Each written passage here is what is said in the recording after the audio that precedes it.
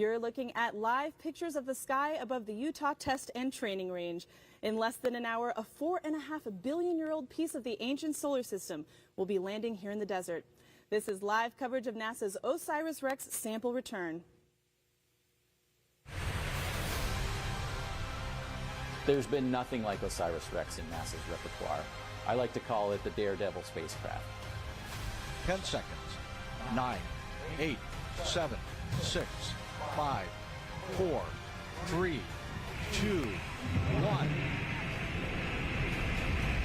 And liftoff of OSIRIS-REx, its 7-year mission to boldly go to the asteroid Bennu and back.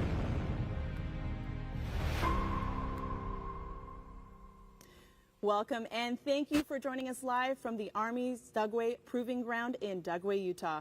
This is special coverage of America's first asteroid sample return mission, OSIRIS-REx, as it arrives back to Earth after more than 7 years traveling in deep space. I'm Lauren Ward, and joining me is Dr. Jim Garvin, Chief Scientist at NASA's Goddard Space Flight Center. He's a planetary geologist by training and also probably one of the most excited people around here today. Lauren, literally, I'm over the asteroid. Better than over the moon, over the asteroid. Well, I'm excited to share the stage with you today. We've got a lot to discuss and a huge adventure straight ahead. And for those joining at home, Jim and I will be taking your questions live throughout the show. You can send those our way by using the hashtag AskNASA on X, YouTube, and Twitch. And if you want to follow along this final ride of the mission at home, scan the QR code on your screen and check out NASA's Eyes on the Solar System, where you can view a complete 3D simulation and follow the OSIRIS-REx sample return capsule to the ground. And during the broadcast, you'll hear directly from the mission team, so listen very closely for those operational callouts. Before we get into the action, though, tell me, Jim, what are you most excited about? Lauren, it's the masterpiece of engineering we have here. Just think about this. In 50 years, we've gone from bringing things on the moon back with crews to all robotic sample return for science that's literally beyond words. It's sublime. So we can't wait to see what we're going to learn. We cannot wait. So OSIRIS-REx is an acronym for Origins, Spectral Interpretation, Resource Identification, and Security Regolith Explorer. Yes, it's a mouthful, but the mission describes an audacious objective. Send a probe on a long journey to an asteroid, map it, grab a sample, then bring it back to Earth for analysis. Following launch on September 8th, 2016, the plucky probe took an extraordinary route through the solar system until it reached the asteroid Bennu. Then, after more than a year of mapping the surface in exquisite detail, OSIRIS-REx made a careful descent in October 2020 to collect a sample. 3 years later, we are here at Dugway Proving Ground in the deserts of northeast Utah, awaiting that capsule containing the sample, which experts tell us is essentially a time capsule of the ancient solar system. We've got a great team joining us this morning as we experience this thrilling conclusion of this grand adventure. Sophia Roberts is located near our landing zone, and she'll be speaking with some key players in the mission. We'll also hear from James Traley, who will be tracking mission operations and bringing us real-time updates, essentially our eyes and ears inside mission control, which sounds to me like a good place to jump into the story. James, good morning. How are we looking? Yeah, good morning, Lauren and Jim. It's already been a very bright early morning for all of our team members involved in this mission. Just a little bit further north from us, about 4 hours ago in Waterton, Colorado, the team met to assess the readiness to release the SRC from the main OSIRIS-REx spacecraft.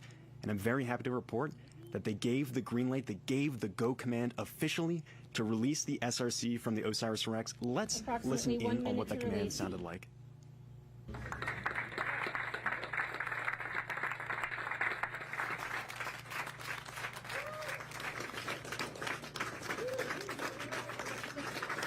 That command came after more than almost 4 billion miles of spaceflight and years of planning, plotting, and dreaming about this asteroid Bennu. The SRC has now been separated from the main OSIRIS-REx spacecraft and is coming in rain or shine today. So team members are keenly aware of the weather conditions out on the range. It's looking pretty great for today. We did have a bit of rain the other day, which softened up that landing spot just enough to make the SRC land perfectly smooth on that surface. The temperatures are going to be around the 50s, 50 degrees Fahrenheit. Low winds out there, calm winds at the surface around 6 miles an hour, pretty light. Very clear skies this morning as well. As we were actually driving out, I saw a shooting star, a meteor, and in just a few moments, the SRC itself will be streaking across the skies as we begin to track it. Just a few moments ago, We heard the helicopters take off from here to head out to Wake just at the edge of the landing ellipse. Our high-altitude plane is up in the sky, ready to take images in the infrared of our SRC, and we are here ready to go to cover all of today's mission events. I'm going to be right here with you all throughout the process as we get closer to that entry, descent, and landing. But for now, back to you, Lauren and Jim. All right, thanks, James. We'll be back to you for mission status updates throughout the morning. For now, let's give you a quick geography lesson on where we are today. We are sitting about 85 miles southwest of Salt Lake City in the heart of the Dugway Proving Ground, a historic Army facility. In less than an hour, the sample will touch down in our landing ellipse at the Utah Test and Training Range, managed by the Air Force, about 13 miles north of where we're speaking right now. Mission teams have set up a clean room just 1 mile away from us, where the sample will end its journey today. Tomorrow morning, a C-17 aircraft will take off from the runway behind us and deliver the sample to NASA's Johnson Space Center in Houston. Unbelievable. Unbelievable. Can't wait. Oh, gosh. I can't wait to see that C-17. Oh, that's going to be breathtaking. We have a lot of ground to cover, and we'll be bringing you into the heart of the action. For all of NASA's many missions over the years, OSIRIS-REx lives in an extremely rare category. It not only ventured out into space with cameras and sensors, but it's bringing a physical sample of the ancient solar system back to Earth for detailed analysis. Mission planners selected a small asteroid called Bennu as their destination. Following a successful touch-and-go procedure to grab a sample on October 20th, 2020, OSIRIS-REx has been making its way back to Earth. It's been a thrilling ride, already packed with technical achievements and scientific discoveries. Today's historic landing continues that saga, promising exciting research ahead. Beside our main event this morning, we've got a ton of extremely cool stuff. We'll hear from a special guest astrophysicist whom you probably recognize more for his chart toppers. We'll speak with one of the helicopter pilots about his role in getting recovery teams out to the landing site and bringing the capsule back home. And we'll even hear from the cast of the film Asteroid City. And of course, we'll give you a front row seat to the mission itself, the science, the engineering, and why a mission to gather space rocks, well, rocks. Right? NASA's first asteroid sample return happens in less than 35 minutes. Let's now take you to Wig Mountain, where our field reporter, Sophia Roberts, is standing at the forward edge of the vast landing zone, where she joins us live now. Sophia, paint us a picture. Lauren and Jim. Now, it is a bright and chilly morning, but the excitement certainly is rising. Now, let me give you a lay of the land of what is going to happen today. The sample return capsule is going to hit the top of the atmosphere at approximately 8:40. It will descend through our atmosphere for 13 minutes before touchdown. Once it does touch down, our team with the recovery team will go to the sample or the capsule and start that carefully rehearsed recovery process. Now, I am on the edge of the landing zone that we call the ellipse. It is a huge landing zone that is larger than the size of Rhode Island. And behind me are the helicopters that will be taking those recovery teams to the capsule once it lands. Now, these teams are prepped and ready to go. We're just waiting for that capsule to arrive. Back to you, Lauren. Wow, Sophia, I think she has the best seat in the Oh house. my God, take me there. I want to go there. All right, let's get some quick facts about the OSIRIS-REx spacecraft. Filled with fuel, the vehicle weighs more than 4,600 pounds. That's about the same size as 3 large cows. Did you know that, Jim? I did not, and I'm afraid of those cows. Let's stay away from the cows. With its solar arrays extended, the spacecraft is about 40 feet long, or the size of a short school bus. The solar arrays can power up to 3,000 watts, which is the same as a portable generator. Once on Bennu, the 11-foot robotic arm collected dust and pebble samples, while the cameras got up-close images of the asteroid. How about that? And then, of course, there's the SRC, or the Sample Return Capsule, the capsule that separated from the main vehicle and is currently on its way to our landing zone in the Utah desert. So, Jim, I think importantly, the team can't just open up the capsule right on the desert floor, right? What happens next? So next, we have to safe it, we have to bag it, we have to contain it, and transport it to the clean room about a mile from here. And in that clean room, we will actually bring the sample return capsule in, take off the back shell and the heat shield, and carefully arrange to nitrogen purge that special sample container inside, so it does not introduce any contamination from Earth, because we want asteroid, not Earth. That's right. And I love missions like this because I find my own imagination just bursting with possibilities and questions. And so with about a little bit more than 30 minutes to go before the SRC hits the top of the atmosphere, we're going to take a few minutes to dive into the nuts and bolts of the mission itself. We've got a great mission overview to help explain. Take a look. OSIRIS-REx is NASA's first asteroid sample return mission. It launched in September 2016 on a journey to explore a near-Earth asteroid called Bennu. After arriving in 2018, OSIRIS-REx spent nearly 2 years orbiting Bennu, mapping and studying its rugged terrain before carrying out its primary science objective. On October 20th, 2020, the spacecraft ventured to a small crater in the asteroid's northern hemisphere. It dodged jagged rocks and towering boulders and plunged its arm into the loose surface, excavating 6 tons of debris while collecting about 250 grams of material. OSIRIS-REx stowed its bounty and closed its sample return capsule. It bid farewell to Bennu in May 2021, embarking on a 1.2 billion-mile cruise back to Earth. Now, 2 years and 4 months after leaving Bennu, OSIRIS-REx is closing in on the place where its journey began. On September 24th, the spacecraft will approach to nearly 63,000 miles from Earth. It will power up and release its sample return capsule at 4:42 a.m. Mountain Time. The capsule must be jettisoned within a narrow time frame and at just the right angle to hit its target, an area of roughly 250 square miles in Utah's West Desert. Once the capsule is away, OSIRIS-REx will fire its thrusters to avoid colliding with Earth. At 8:42 a.m., the capsule will streak into the atmosphere at a blistering 27,000 miles per hour. It will race across the western U.S. and begin to glow with heat, allowing infrared trackers on the ground to chart its progress. As it pushes deeper into the atmosphere, the capsule will rapidly decelerate, subjecting the Bennu samples to a punishing 32 Gs. About 2 minutes after entry, it will slow to Mach 1.4 and deploy its drogue parachute, stabilizing its descent. The capsule will enter special use airspace at 8:46 a.m., almost 10 miles above the Department of Defense Utah Test and Training Range.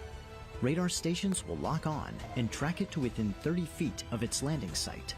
At 8:50 a.m., the capsule will extract and deploy its main parachute 1 mile above the ground. It will make its final descent at a leisurely 11 miles per hour, like a marathon runner savoring a victory lap, before touching down in the desert soil at 8:55.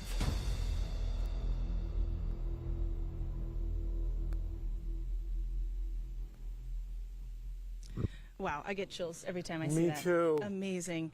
All right, so we know you have questions, so please continue to send them to us using the hashtag AskNASA. But before we go any further, I've got a question for you, Jim. Why is the mission called OSIRIS-REx? It sounds like a new hybrid kind of dinosaur or something. It does, but it's actually the name of an Egyptian deity, a bird deity, but it means all the stuff the mission's going to be doing. So we're going to be searching for clues to the origins of our solar system chemically, looking at how we can ground truth all the data we have for asteroids from Earth, other spacecraft right up close with samples. We're going to look at the resource potential of asteroids, metals, hydrated water as in hydrated minerals, and also consider security of our planet from these kinds of objects. It's a big name with a big mission with many things it has to do. It's multiple missions in one. Yeah, 3 missions in one, in fact. We know we have a global audience for this event, and throughout the morning we'll be taking questions submitted via social media. So let's take one now. All right, what do we have? At S4Mule_B asks, what's the significance of studying asteroids like Bennu for advancements in planetary science? These are literally the time capsules of the early solar system with those bits and fragments we can never get here. So we go and bring them home to connect ourselves to the place we live, our solar system. So that's one of the big takeaways of this. We will read the clues of Mother Nature on how our world works in the context of all the rest of the planetary system. Fantastic. All right, let's take another question. What do we have? All right, from at Endanger817.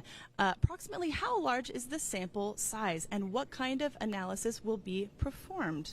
So it's about 8 or 9 ounces. It's about a size of a baseball and a half, and the kind of analyses are amazing. There are toolkits and instruments that can look at nanoscale characteristics that you wouldn't imagine. We could see the hairs on a foot of an ant, but we'll look at those in the context of another object in the solar system. So, wow. Wow, indeed. All right, we'll be taking some more questions throughout the morning. Okay, so let us head back to the ellipse to talk to Sophia. I understand, Sophia, you've got a critical team member with you. Take it away. Thanks, Lauren. Yes, I am joined right now by Stu Wiley, who is the Oscar or on-scene commander of this recovery mission. Thank you for joining me, Stu. Thanks for having me, Sophia. All right, so you are the person who kicks off this whole process before even the recovery team gets on the ground. Can you walk us through your process? Yeah, so essentially what's going to happen is that once the capsule is undershoot, we'll have a better idea of where it's going to land on the range. And based on that, I'll know exactly what kind of weapon systems we used in that area, what kind of tests we've done in that area. So I'll know better what kind of hazards are in the area. Once I land on the ground, I'll do an initial sweep of the area and methodically move towards the capsule and mark any kind of hazards that I find, whether it be munition hazards, of course, and or the industrial hazards, and even the environmentally sensitive areas that we have out here. So. All right, and how did you prepare for this today? So preparation has been in the process for a long time. Between myself and Jasmine Nakayama, we've got 40 years worth of explosive knowledge. Most of it is on this range here, so we know the ranges very well. The team and the UTR have been working together, both Lockheed and NASA, and we've been doing rehearsals so that we are more familiar with their capsule, and they're more familiar with our terrain here as well. Yeah, so. And this is an active proving ground here. So what are the other steps that we have to ensure that our teams are safe? Yeah, so at the Utah Test and Training Range, we do have a lot of different hazards out here. Like I said, the weapon systems that we test. We're going to keep them safe from that. We have, again, done many of the preparations with them already. They've taken safety briefings. They've been briefed on the actual items that we've dropped out here in their range safety brief. One of the hazards that we're going to be dealing with, though, is the helicopters that you see behind us, and they've been through practices getting on and off the helicopters and working in and around them. But I think the biggest hazard that we're going to have is slipping. We had some recent rain, so that I think is going to be our biggest hazard, but it could be fun too. So. Well, wonderful. I know that you have your last preparations for the day, so I'm going to let you go, and thank you very much for joining us. Thank you, Sophia. Thanks, Sophia. Stu's got a big day today. Oh, my goodness. A lot to do. All right, Jim, we know we have space fans from all walks of life all over the world. One super fan in particular is a well-known astrophysicist with an atypical side hustle. But I'm guessing you know him probably more from his side thing than his science thing. Well, that's right. He's literally space royalty and rock royalty. Perfect for a mission to bring back rocks. Just a true rock star. Let's let him speak for himself. Hello NASA folks, space fans, asteroid aficionados. This is Brian May of Queen, as you know probably, but also immensely proud to be a team member of OSIRIS-REx. I can't be with you today, I wish I could. I'm rehearsing for a Queen tour, but my heart's there with you as this precious sample is recovered. Happy sample return day, and congratulations to all who worked so incredibly hard on this mission. Especially my dear friend Dante, with whom we already created this beautiful book. God bless you all. Speaking of rock stars, joining us is NASA's Lori Glaze, Planetary Science Mission Director. Welcome, Lori. Hey, good morning. Great to have you here, Lori. Great to have you. And you and Jim go back quite a ways, right? Oh, yes. Jim and I actually go back several decades, but we've been working together closely for many, many years, and it's so good to see you here. Congratulations, what an exciting moment. Lori. Thank you. It is a really exciting day. So OSIRIS-REx is part of a larger autumn for asteroids, Asteroid Autumn, as we've been saying. Can you talk about some of the other missions that are happening this fall? Happy to do that. It is really exciting. We have lots of asteroid missions, and actually 4 of them have major milestones coming up this autumn. Right on the heels of the sample return happening today. In 2 days, On September 26th is the one-year anniversary of a little mission you may have heard of last year called the Double Asteroid Redirection Test, demonstrated for the first time humanity's ability to deflect the path of an asteroid. How cool is that? And then coming up on October 5th is the launch of a mission called Psyche, going to visit a special asteroid called Psyche also, which is one of only about 9 of asteroids that we think are made primarily of metal, have a very high metal content, iron and nickel. And then about a month after that, on November 1st, is going to be the first asteroid flyby of our mission called Lucy, which will ultimately visit Trojan asteroids that lead and trail Jupiter in its orbit around the sun. But in November, we'll fly by a main belt asteroid called Dinkinesh. Wow. Wow, check that out. It literally is an asteroid arm. But Lori, one other thing, OSIRIS-REx, is a multi-purpose mission, all this great stuff you mentioned, and one of its key jobs is to help us with planetary defense. How does it do that? Way out there. So actually, OSIRIS-REx gave us some really important new information about an effect, a force that occurs on asteroids called the Yarkovsky effect. And what that really is we know there's gravitational pulls on the asteroids, and we can predict that with our trajectories, but the Yarkovsky effect says that the sun's radiation heats up one side of the asteroid, and then as the asteroid rotates, the radiation radiates off into the deep space, and that actually kind of acts as a force that kind of pushes back against the forward trajectory, and so it changes our predictions on where the asteroid might be. Over time, it really makes a difference, and OSIRIS-REx gave us some fantastic new measurements on that effect. Unbelievable. Wow, that is truly unbelievable. Nobody appreciates the planetary defense aspect more than me and Jim. Yeah, we want to be safe. Big fans, big fans. Really, really quickly here. This isn't the end for OSIRIS-REx. What's next? Yeah, so really exciting. Now that the spacecraft has released the capsule successfully, about 20 minutes after that release, we're now repurposing the spacecraft for a new mission called OSIRIS-APEX, where APEX stands for Apophis Explorer, and it's off on its new mission to explore the asteroid Apophis, which is going to have a close flyby of Earth in 2029. All right, Lori. Stay tuned, everybody. Unbelievable. That is fantastic. Well, thank you so much, Lori, for Thanks, joining Lori. us. You're going to stick around for the show, right? Oh, absolutely. Absolutely. Okay. This will be the biggest U.S. sample return since the Apollo mission to the moon. But this is not the first time that anyone has captured a piece of an asteroid. On the arrival of the historic OSIRIS-REx sample, we celebrate that the Japanese Space Agency, or JAXA, has already visited 2 asteroids, Itokawa in 2005 and the asteroid Ryugu in 2019.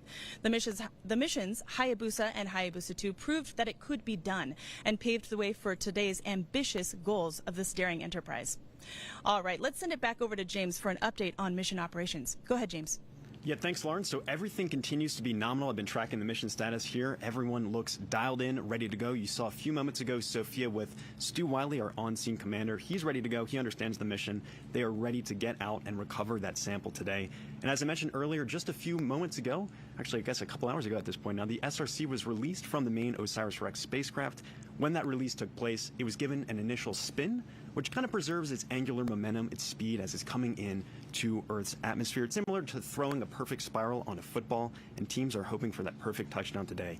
What you're about to see is basically the equivalent of throwing a touchdown pass over 10 football fields away and landing it perfectly in that end zone.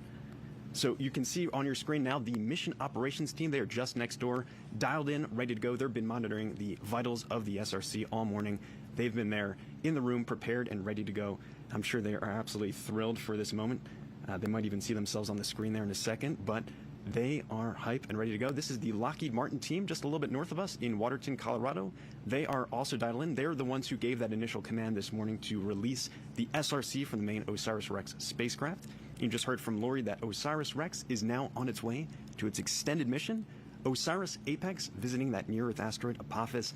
A lot coming up in just a few moments. We're going to hit that key milestone of entry, descent, and landing. 13 minutes of punishing descent through Earth's atmosphere to us here in the Utah Test and Training Range. A lot coming up in just a few moments, but for now, back to you, Lauren and Jim. Thanks, James. Very soon, NASA's Artemis program will be bringing us more cosmic samples to study by visiting a familiar beacon in the sky. Give us 60 seconds, and we'll give you the moon. Artemis 3 will be the first sample return mission of NASA's Artemis program, sampling rocks and regolith from one of 13 candidate regions on the moon, all located near the lunar South Pole. The Apollo lunar landers returned a treasure chest of samples that taught us about the history of the solar system, dating back about 4 billion years ago. Artemis missions will explore areas near the South Pole on the rim of the moon's oldest basin, the enormous South Pole Aitken Basin. Artemis will explore areas nearly 1 billion years older than those explored by Apollo. Lunar samples from Artemis 3 and future missions will help scientists interpret the impact history of the moon and Earth, as well as increase our understanding of planetary processes. OSIRIS-REx, the first U.S. mission to collect a sample from an asteroid, will return samples from asteroid Bennu. The rocks and dust collected will offer generations of scientists a window into a time when the sun and planets were forming over 4.5 billion years ago. Samples from OSIRIS-REx and Artemis could rewrite our understanding of the evolution of the solar system. And that's a look at your Artemis Moon Minute. Boy, Jim, how can you not get excited about that? Oh my gosh. Oh boy, that's going to be so cool. All right, Sophia is standing at the forward edge of the recovery zone with an update. Take it away, Sophia. All right, thank you, Lauren. We are under 20 minutes away from EDL. That is entry, descent, and landing. And I don't think there's anyone here on planet Earth who has anticipated this day more than the principal investigator of the mission, Dante Loretta. Thank you for giving us time here today. My pleasure. It's great to be here. All right, so you are here on Wig Mountain because you are on the recovery team. That's right. Can you walk us through what you're going to be doing today? So I'm part of the environmental sampling group. From day one, this mission has paid attention to keeping that sample pristine. And we're going to come down. We had some rain on Thursday. Most likely we're going to be encountering mud out there. We're also interested in the air quality and any water that might be standing, just so in the very rare event that any of that material somehow comes into contact with the sample, we have a record of it and it won't compromise our science. Ah, wonderful. And I think one of the really exciting things about a mission like this, especially with you working with the University of Arizona, is that you're partnering with educational institutions. So can you talk a little bit about the legacy that a mission like this has? Yeah, thank you. I'm a professor at the University of Arizona in the Lunar and Planetary Laboratory, and our history goes all the way back to the Apollo missions. The founder of our lab, Gerard Kuiper, mapped the moon, helped pick the Apollo landing sites and the Surveyor landing sites, and we have been involved in every major NASA planetary mission since then. And really the best part of having a university lead a program like this is that it's a great training ground for the next generation. I've been on this program almost 20 years, and I've watched multiple generations of students grow up, become professionals, either join the team. We always take our team members on board when we need to fill roles, or off into other careers in aerospace engineering, science, and many other disciplines. It's really great to foster those incredible questions about our universe. Absolutely. And I know that you need to get back to your team to go on that recovery process. The moment's almost here. Yeah, so thank you so much for joining us, and best of luck out there today. Thank you. All right, back to you, Lauren. Great, thanks, Sophia. Wow, I can't wait for Dante to get his moment in the sun. Goes Dante. That is amazing.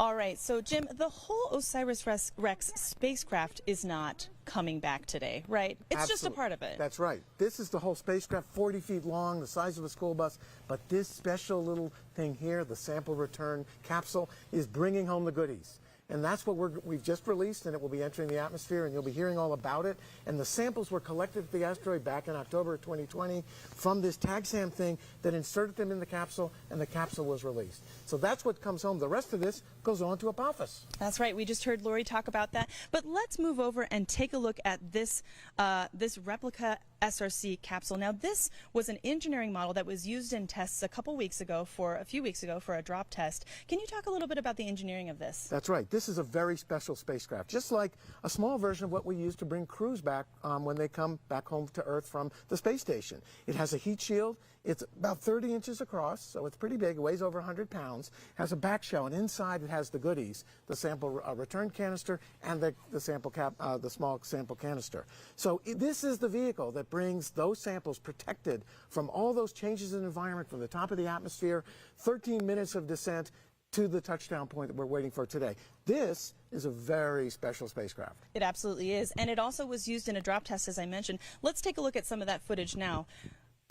Right. So just a couple weeks ago, we dropped this replica, this engineering test unit, from 5,000 feet with a parachute deployment and went through all the operations, the choreography we need to actually make sure we can do it today. And that's what's going to be coming up. And it worked wonderfully. We inflated the big 24-foot parachute. It floated down to the surface at 11 miles an hour. We went through all the recovery operations, the safing, the bagging, and the containment to come over to the clean room here, where we'll be doing that today to make sure those samples are from Bennu, so we can study them here on Earth and not contaminated by our wonderful Earth. That's right, and you know it's the actual SRC that they use because it is covered in dirt, as you can see on here. This is dirt, scratch marks. All the scratch marks, yeah. It's a rough ride, it's the real deal. but we need it to come home. This Absolutely. is a real sort of homecoming. Right. So there's a lot of science in missions like this. Not only is the SRC a treasure chest with material from the ancient solar system, but the mission itself is a platform for vital research about a range of things that you might not have expected. SciFly's mission is to collect visual, infrared, and spectral data on spaceflight vehicles, including the OSIRIS-REx sample return capsule on its return to Earth. This gives engineers and scientists unique insight into our most challenging questions about hypersonic fluid dynamics by providing data critical to flight safety systems. The scientifically calibrated in-flight imagery team uses ground-based sensors and instruments flying on various aircraft to image asteroid sample returns, launch abort systems, parachute tests, rocket launches, and capsule returns, including Artemis 1 on both launch and reentry. The data we capture provides engineers with information on vehicle performance relative to what computational tools and wind tunnel tests predict. It takes extensive planning to get it right. Upon its return from the asteroid belt, the OSIRIS-REx capsule will be traveling at 12 kilometers per second, or about 27,000 miles per hour. That's nearly twice as fast as objects coming back from low Earth orbit, and it will be among the 4 fastest human-made objects ever to fly in Earth's atmosphere.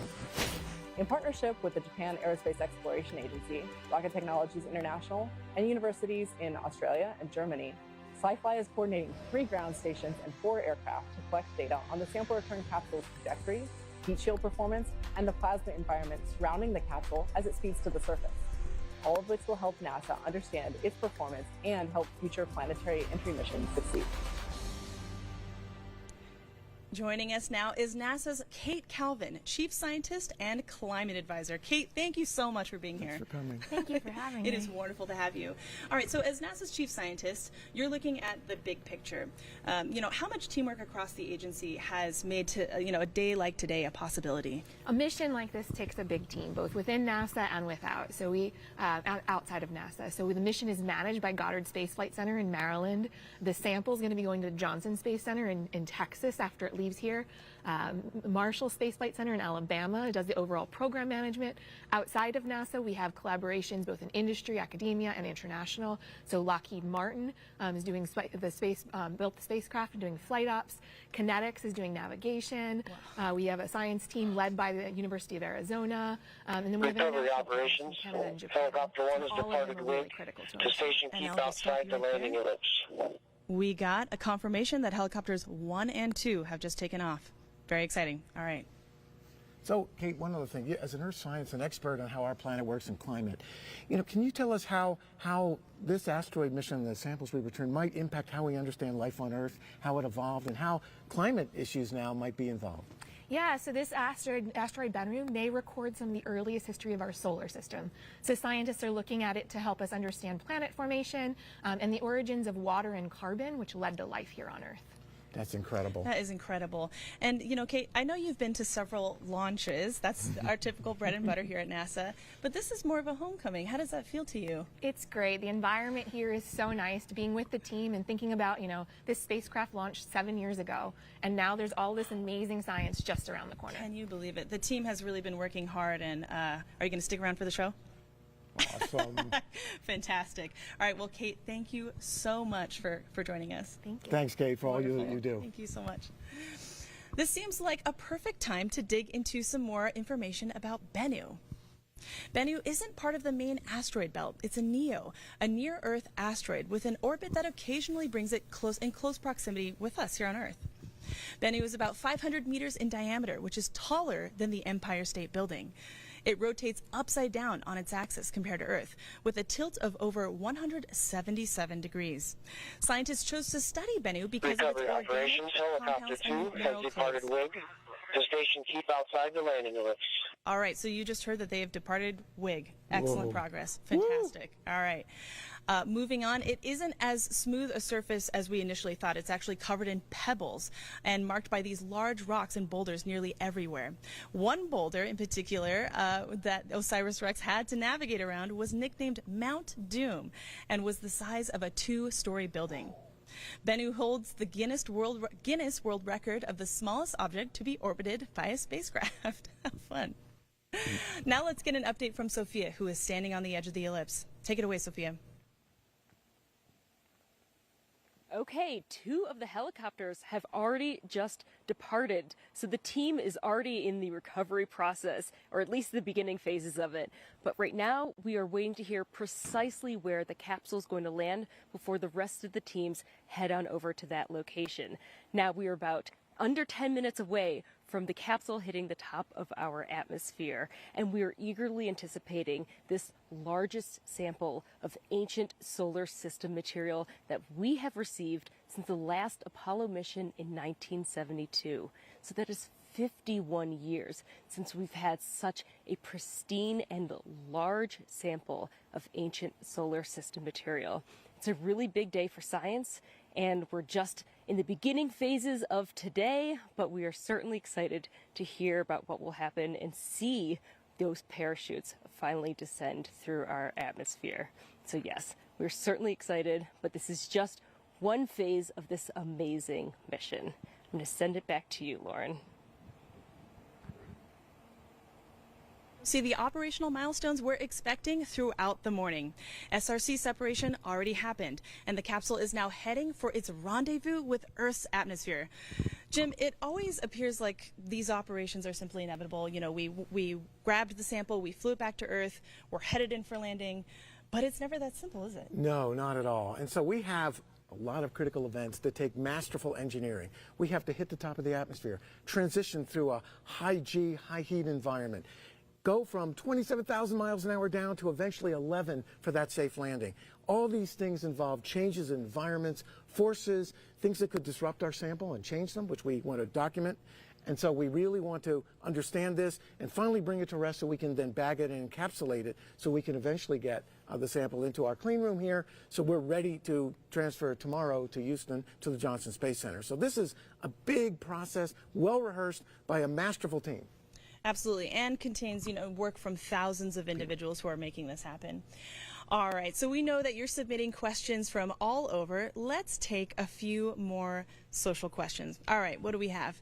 At Dev Saran at 5342461.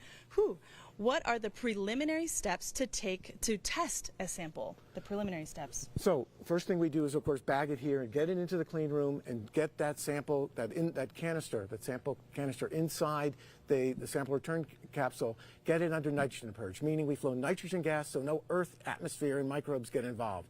That'll happen today. Period of few hours, and then tomorrow we transfer to the Johnson Space Center in Houston, Texas, where all the fun happens at the Astromaterials Curational Facility, where we've done moon rocks and samples of interplanetary dust and lots of things. Those colleagues, in a special clean room perfectly designed for this mission, will unpack those precious samples in the small sample canister, the small device that was used on the end of the TAGSAM, and they will go through a process to get it checked out, to do early reconnaissance, and to protect it very carefully. That is incredible, and they built that whole clean room. No other asteroid samples before. Right. This is the first one. First ever. First ever. As the SRC approaches the edge of Earth's atmosphere, we are just moments away from the world's largest ever asteroid sample return. Jim, what are you feeling right now? I am literally tingling all over with exhilaration. This is a small step for a capsule and a giant leap for science. It really is, and if that's one thing we can impart, that is it. This is a huge, huge milestone, a great achievement. So this is it. We are just 15 minutes away from the OSIRIS-REx sample return, a journey of 7 years and nearly 4 billion miles. The work of thousands culminates in this moment. Let's turn it over to our mission commentator, James Traley, to take us through the final moments. James, we're all yours. Yeah, Lauren, buckle up and get ready for the ride of entry, descent, and landing. This is 13 minutes of crazy descent, punishing crazy deceleration of our spacecraft, starting at 27,000 miles per hour when it enters into Earth's atmosphere, and eventually slowing to a leisurely 11 miles per hour as it descends and lands on the Utah Test and Training Range. Recovery operations. Helicopters 1 and 2 have arrived at the holding location. So good news, our helicopters are ready to go and begin those recovery operations just as soon as we have confirmation of touchdown here. And as the sun begins to rise in the west coast, the SRC is going to be streaking across the atmosphere above San Francisco, California, about 82 miles in altitude. It's going to be coming in hot, over 5,000 degrees Fahrenheit, almost a couple seconds after it hits that atmosphere. That's about half as warm as the surface of the sun, to give you some context. But don't worry, our sample will be safe and sound within. We have a heat shield, which is made of a phenolic impregnated carbon ablator. It's a very fancy term to describe what's going on with this heat shield. It basically ablates away or burns away any kind of heat flux that develops on that outer shell, making sure that our sample is safe and cool within. Similar technology that we use with astronauts coming back from the moon or any kind of other landers that we have going into planets and moons. So we're just a couple moments away from this key moment. It's going to be very exciting next couple 13 minutes here, and you'll hear a couple call-outs come in from just next door in our mission operations team as they begin to get us ready for this key moment. It's a journey of 3.86 billion miles getting reduced to the scale of mere miles, 82 miles above the surface of the Earth in San Francisco. A couple key events are going to happen as soon as we get into the Earth's atmosphere. Very quickly we're going to deploy our drogue parachute. This is for stability, stabilizes our descent, and make sure that we are continuing to target that landing ellipse that is here in the Utah Test and Training Range. It is a 36.5 by 8 mile landing ellipse that is here, marked out for that recovery operation. You see on your screen now the mission ops team eager at the edge of their seats for that first call out of Earth atmospheric entry. Very exciting moment coming up in just a few seconds here. We're about 20 seconds away. You see the team at Lockheed now, all standing ready on the edge of their seats. This team, I'll remind you, just a few hours ago gave that command to release the SRC on this long journey. It's been on its own for 4 hours. There's nothing we can do at this point. It's coming in, rain or shine. EO milestone. The SRC has entered the Earth's atmosphere. UTTR tracking assets have acquired. And here we go. Start your stopwatch right now. We are 13 minutes of entry, descent, and landing. We have that expected milestone of entering into the Earth's atmosphere. We can see the team at Lockheed, and we actually have a visual now. This is from our infrared tracking camera on the WB-57, our high-altitude plane, at about 47,000 feet MSL, mean sea level, getting a great view of that SRC heating up as it enters into Earth's atmosphere. The punishing deceleration that spacecraft, that SRC, is experiencing right now as it comes in at about 27,650 miles an hour. You can see it glowing brightly in the sky. And in just a few moments, we're going to reach peak heating and peak deceleration. That's at 32 G-forces, punishing G-force on our SRC. A phenomenal view of that streaking SRC coming in across the sky.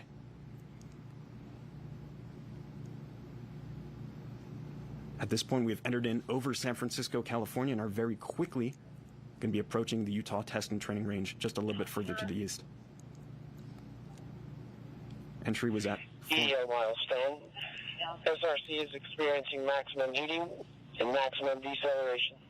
So you just heard right there, we're experiencing that 5,000 degree Fahrenheit maximum heating, burning scalding hot on that heat shield that is protecting our sample within, and maximum deceleration that is at 32 G-force, punishing deceleration from Earth's atmosphere, the drag forces that are acting on that SRC. Once again, as I mentioned, that sample is safe and sound within that SRC, that sample return capsule, as it comes in, burning through Earth's atmosphere. You can see our high-altitude plane searching for that SRC. You can see it faintly on your screen there. Our next milestone, we'll be expecting that drogue parachute deployment. That'll be at about 102,300 feet altitude. And as I mentioned before, that will stabilize our descent and slow us from hypersonic to subsonic speeds as we continue to target the Utah Test and Training Range. Expected EDO milestone. SRC commands drogue parachute deploy. So we heard that command to deploy the drogue parachute. waiting to see that visual confirmation, but that is at 102,300 feet.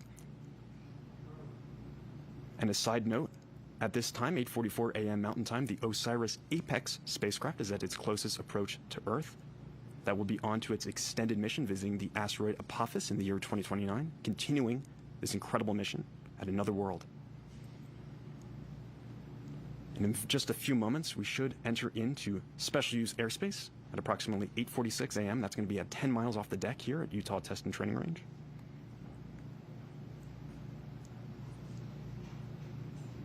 You can still see that SRC on your screen very faintly in the distance. Still quite warm, that fireball that literally was a ball of plasma just a few moments ago when it first entered into the Earth's atmosphere.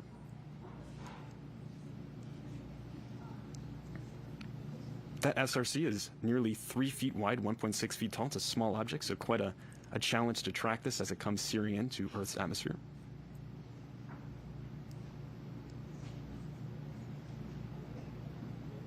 And in just a few moments, we should be entering into special use airspace. This area was specifically chosen for this mission. It's a wide open, vast desert space, relatively flat, perfect to land this sample today.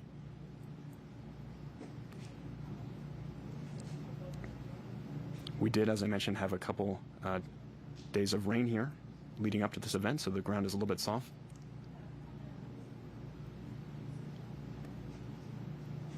You can see our SRC.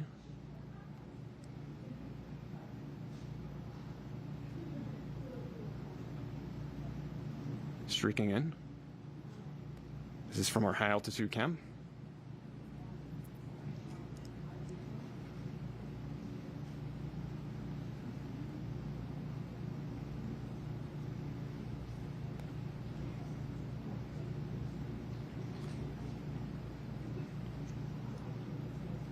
Our next milestone, we should be expecting main parachute deployment at around 8:49 a.m. Mountain Time. That will be at around 5,000 feet elevation. We continue to track with our high altitude camera here.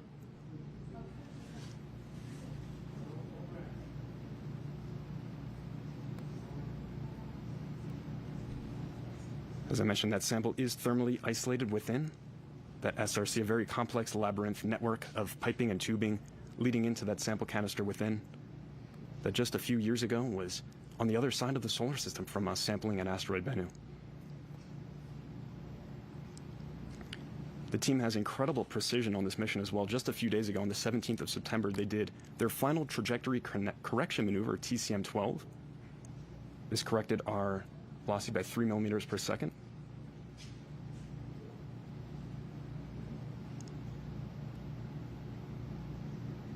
We see PDL milestone. We have confirmed parachute deployment. Wow, and after an exhilarating streak across Earth's atmosphere, we have parachute deployment. You can see just a sigh of relief from the team. I can hear some applause here. There is that orange creamsicle colored parachute, just a delight, a sweet delight to see in our sky here over the Utah Test and Training Range. A phenomenal view, just wonderful to see that deployment. That is at around 5,000 feet elevation above the Utah Test and Training Range, and now this is like a marathon runner savoring that last lap here as we approach the finish, that landing in the Utah Test and Training Range. Wonderful to see that. We continue to track. This is with our high altitude camera still, that WB-57, and we should have a great view from here on the ground. We've got a variety of different tracking assets, and you saw Sophia out at the edge of that ellipse watching from Wig Mountain. The team there could potentially have a wonderful view momentarily as well. We'll continue to descend. Our next altitude descent will be at about 4,000 feet. Just a few minutes away from getting that sample from the other side of the solar system, from the surface of Asteroid Bennu at sample site Nightingale to the rugged terrain of the Utah Test and Training Range. Looks like winds are relatively low. Not a lot of rocking back and forth. Those parachutes seem to be perfectly smooth coming down, that parachute there. Continuing to descend, the slight little bit of tilt back and forth of our SRC as it comes to its resting velocity of 11 miles per hour as it makes that final descent.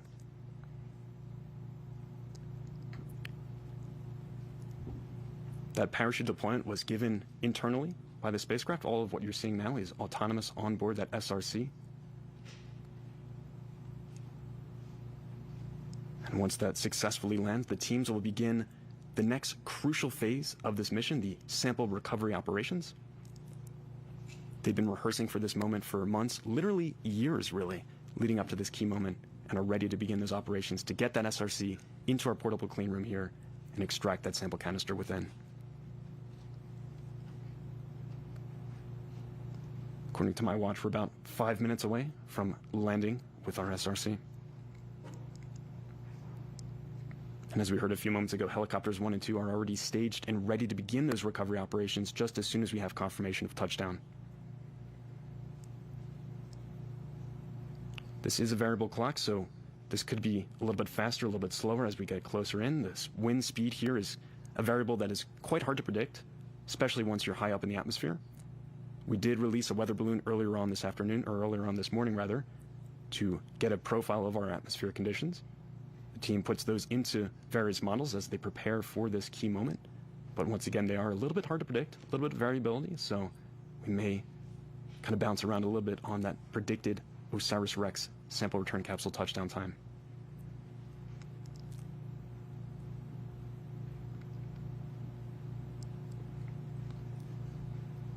The ground really closing in now on that SRC. EDL milestone. Helo 1 has visual on the SRC below the chute. That is phenomenal. Let's see that view here from that first helicopter. They've got visual on the sample return capsule under parachute, that orange creamsicle colored parachute, really bright in the morning light over the Utah Test and Training Range. A great view of the SRC we can have now from our helicopter as it continues to make its final descent to the terrain below.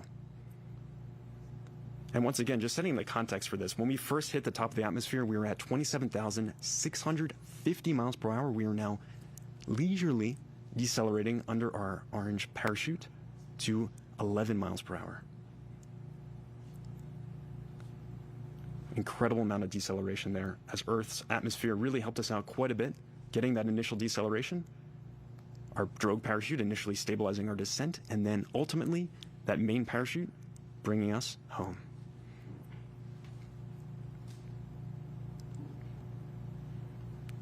You can see right in the center of that crosshair, that is the parachute with the SRC dangling beneath.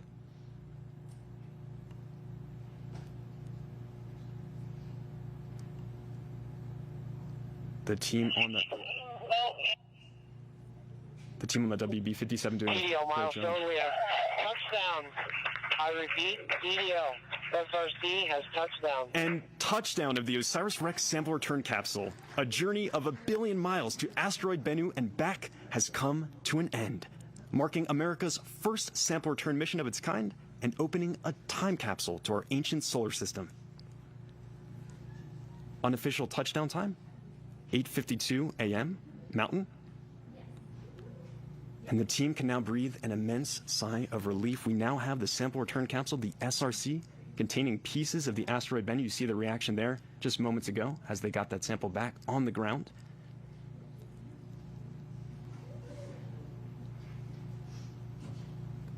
This is the team at Lockheed celebrating that momentous achievement of getting that sample from the other side of the solar system at asteroid Bennu. When we took that sample, we were over 200 million miles away from us here on Earth. The long journey back, 1.2 billion miles from asteroid Bennu, back to here with that sample, has just come to a dramatic close. And a little bit ahead of schedule, too. The SRC landing about 3 minutes ahead of when we had originally predicted. It was in a rush to get back here, carrying amazing amount of scientific information within. The team is eager to crack that SRC open, get the sample canister within, and begin the process of understanding the origins of our solar system and potentially the origins of life.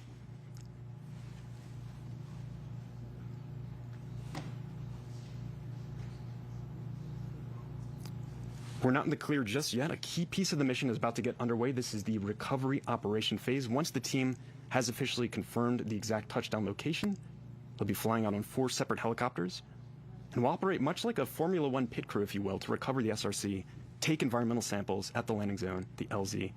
Everyone has a role to play. It's going to be simultaneous action as they get that SRC recovered and begin to do an environmental safety sweep, collecting samples along the way.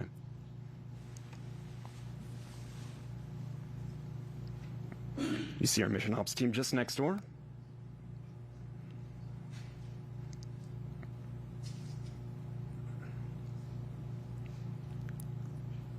I once again remind you that the sample canister itself is not actually going to be opened here at Dugway. The next phase of the operation is simply to get that SRC into the portable clean room that has been specifically set up for this recovery operation. The team will then remove the heat shield protecting the SRC and its precious cargo within the entire descent through the entry, descent, and landing, remove the back shell, and then extract the sample canister within the tag sim that just a few years ago collected pieces from the asteroid Bennu. Today, the goal is to get the sample recovery canister. operations. Helicopters 3 and 4 are leaving rig for the landing ellipse. You see some big smiles from the team there. They are getting those helicopters out to the landing ellipse now to begin those recovery operations.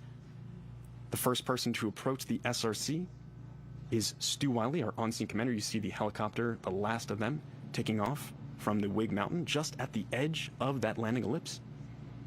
These helicopters will have a trip out to find that exact touchdown location of the SRC and begin those recovery operations. Stu Wiley, our on-scene commander, will be the first person to approach that SRC. He'll do an environmental safety sweep checking for unexploded ordnances. As he mentioned in his interview earlier with Sophia, he understands this range. He's worked here for a number of years. He will brief the team on any possible dangers that would be presented to them as they begin those recovery operations. And then a team member from Lockheed Martin will begin to take gas and thermal readings once the area is safe of that SRC to determine whether or not it is at safe operational levels for the rest of the team to begin the recovery operations. As I mentioned, this is going to be simultaneous action. The team has prepared. They're all going to be wearing these bright white UV shirts, sample recovery shirts, and you'll see them walking out to that sample in just a few moments here once those helicopters land. A great view once again from our high altitude plane. You can see the parachute there next to our SRC. There is a possibility that there could be unexploded ordnances from that parachute. There is a mortar inside that is to fire to disconnect the parachute from the main SRC to help it come to a final rest. It's a bit challenging to see from this perspective, but there could be some potential roll marks or skid marks as that SRC came to a rest on the rugged desert surface below. As I mentioned, we did have a bit of precipitation here the other day, so that should make for a nice soft surface for that SRC, so it probably had a nice clean landing there. The team will assess as they get out there and check exactly how our conditions are for the SRC and the surrounding area. You heard Stu mentioning the team might need to wear some boots. The operations could get a little bit slippery as they begin to recover that sample. And this is a pristine sample from the ancient solar system and could hold the clues to how everything around us came to be, from the formation of the planets to the origins of life here on Earth. Needless to say, this is precious cargo, and the recovery team is fully aware of the gravity of the situation and the importance of what they're about to do today with these recovery operations. You can see it looks like our parachute has come to a stable rest. The winds were pretty low today, so it looks like it is not billowing at all. It is almost perfectly flat, at least from this perspective, on that desert terrain.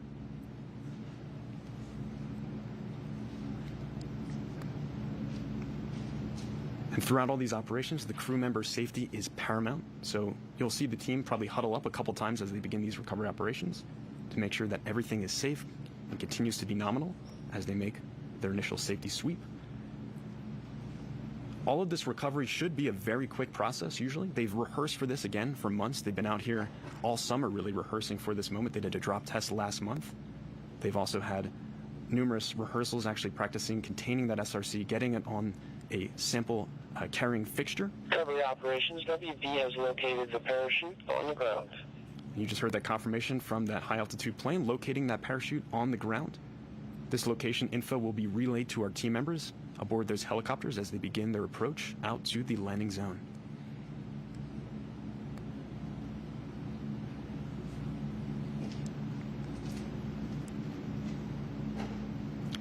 We do have that confirmation from the high altitude plane, as you just heard. We're still working to get confirmation from our NASA helicopter. It is on its way out to that landing zone as we speak, so we should hopefully have that view up in just a few moments. You continue to see our team just next door, the mission operations team, all looking at that high altitude view. Right in the middle there, just pointing around with the UV white shirt, is Rich Witherspoon from Lockheed Martin. He has been leading a lot of these operations for the past couple months. He's been preparing the team for this exact moment and really has been a great leader helping us get ready for these recovery operations.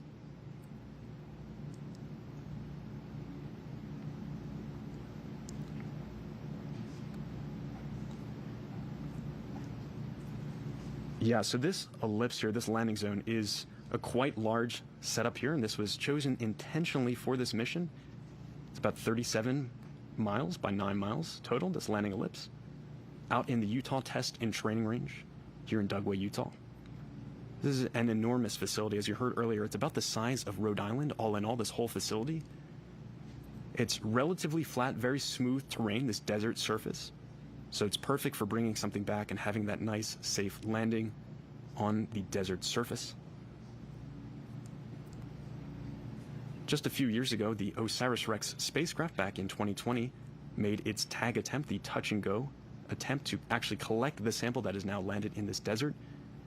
When it did that, it was only at the surface for just a couple seconds, descending at a speed about 11 centimeters per second, just a little bit faster than a baby that is crawling. It's a very slow pace. But they were able to successfully get that sample and bring it from the edge of our solar system back to us here at that Utah Test and Training Range. You can see our full screen view here of that high altitude view, looking at the parachute at rest on the surface of the desert. This is at the Utah Test and Training Range. It's a wide open expanse here, and the team has this positional info, and they'll be relaying that to our helicopter teams to begin those recovery operations.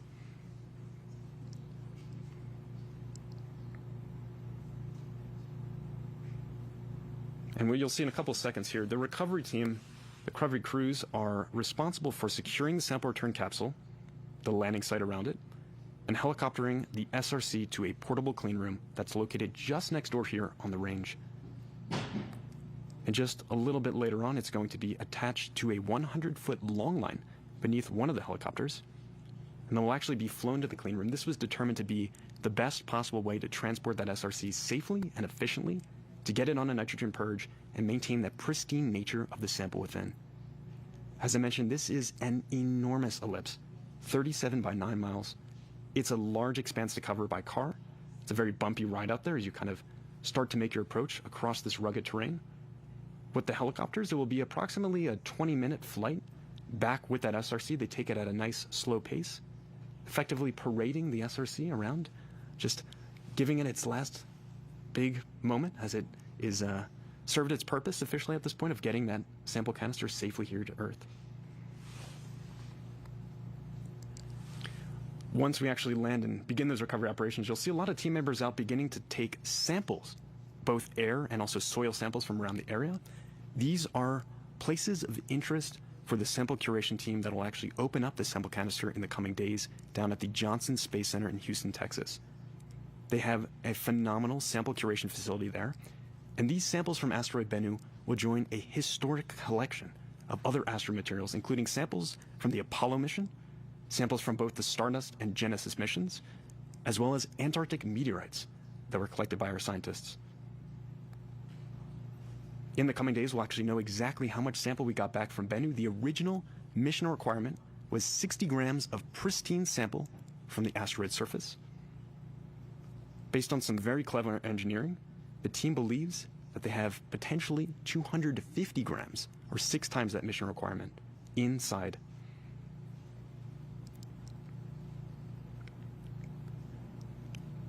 And so we just heard that unofficial touchdown time was at 8:52 a.m.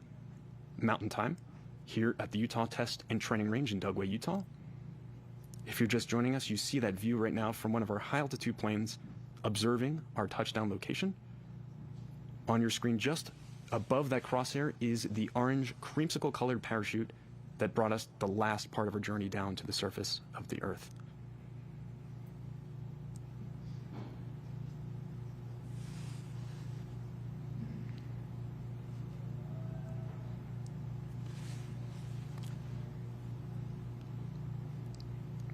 You heard from Jim earlier that that main parachute is about 24 feet across. Fairly large parachute that helped us decelerate on our last leg of the journey.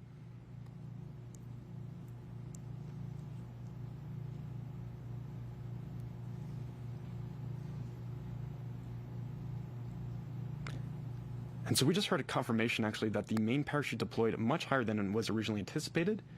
It was originally supposed to deploy at about 5,000 feet elevation, but it actually deployed at around 20,000 feet, so much higher up. So that would explain our kind of earlier touchdown time than expected here.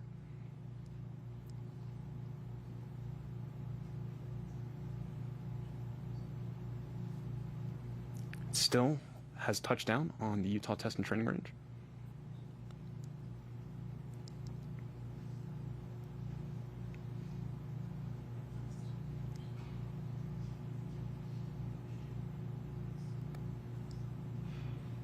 Team members continue to fly out to this location aboard helicopters. As I mentioned, there are 4 recovery helicopters in total. The mission operations team is continuing to monitor the situation. They're the ones who are relaying us that info about that high parachute deployment, that 20,000-foot parachute deployment.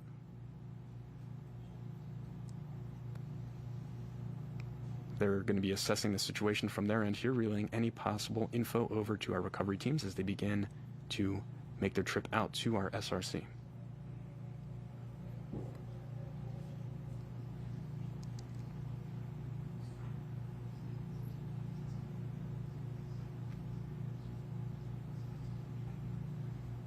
One of the first goals once the team gets out there is to safe and stow the parachute. Begin to mark places of interest, as I mentioned, for that curation team to begin sampling. This is all a very well-coordinated machine, very well-oiled machine that operates in tandem. They've rehearsed extensively for this moment.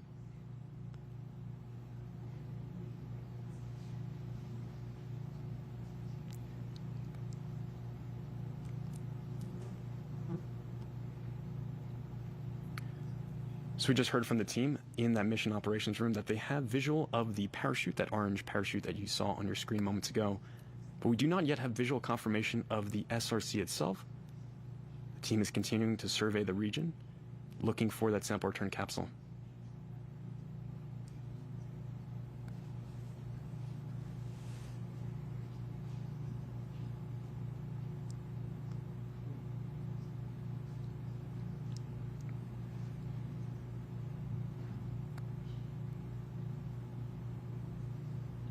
Recovery operations.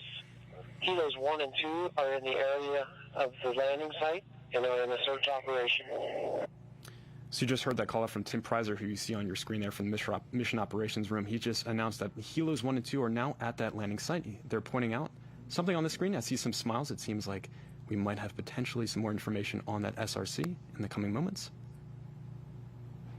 Helos 1 and 2 will be surveying this region, looking for both that SRC and also eyeing up the region, looking at that parachute that was deployed. Recovery operations. All of the ground supported vehicles have left rig and are in pursuit of the landing zone. So some more team members are going to be heading out to that landing zone as well in support of those 4 helicopters that will be the main group recovering that sample. The main helicopter will be actually attaching that sample return capsule once the team has it located and ready to prepare for recovery operations. They'll load that on long line.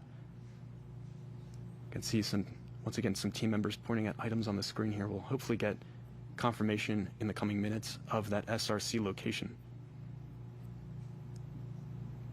Tim Preiser pointing at the screen now, wondering if he has any more information for us on where that sample return capsule location would be. We do have visual confirmation of that parachute, as I mentioned.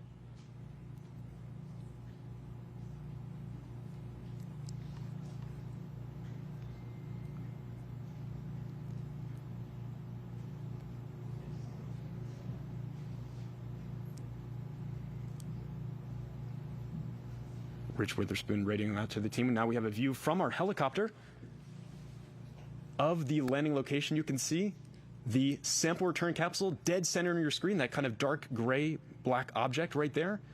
And then just to the right of it, a little bit below, is our parachute. It appears to be resting on the surface. We're getting a zoom in now from our NASA helicopter. And you can see now the SRC. At last, we have a visual of it on the surface of the Utah Test and Training Range. I'm sure that is a pleasant sight for the team to see. Recovery operations. Helo 2 has visual on the SRC. I repeat, SRC has been located. And we have visual on that SRC. It appears that the parachute has also disconnected. It's a little bit off from that SRC, disconnecting from the back shell. The SRC appears to be resting on its nose, that heat shield that protected it the whole way down through that entry, descent, and landing. Lockheed is celebrating that moment. I'm sure they are breathing another sigh of relief here. It's been a wild morning for everyone involved. They've been up since the crack of dawn just a little bit further north from us in Waterton, Colorado. They gave the go command to actually release that SRC that you see on your screen right there from the OSIRIS-REx spacecraft about 4 hours ago. It then ventured entirely on its own and now sits on its own for us here in the Utah Test and Training Range.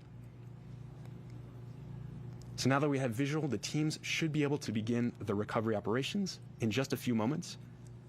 As I mentioned, that first person on scene will be the on-scene commander, Stu Wiley. He'll be doing an environmental sweep. We're getting a nice close-up view. You can see the parachute disconnected. You can see some of the wiring of it there, just a little bit off the edge of our SRC. The SRC looks quite charred up from that entry in. That was expected as we heated up to temperatures over 5,000 degrees Fahrenheit upon entry into Earth's atmosphere. You can see a great visual of some of that rugged terrain out there. Just a sweeping expanse, very panoramic terrain at the Utah Test and Training Range. It's a great location for us to land this sample. The team looking a lot more relieved now that we actually have visual. And we should be able to begin those recovery operations shortly.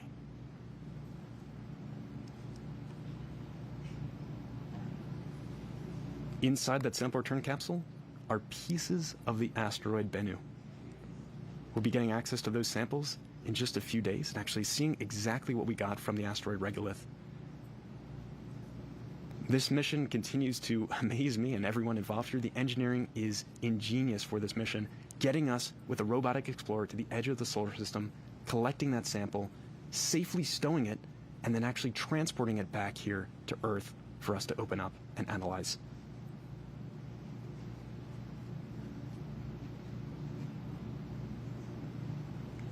The surface today was probably a little bit soft, so it looks like it's resting a little bit far off the actual desert. It doesn't appear to have dug in too much with that nose cone from the heat shield.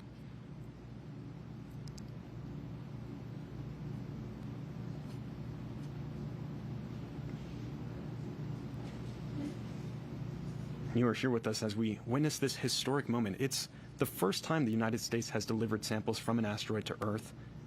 And these samples will be analyzed for decades to come in laboratories around the world.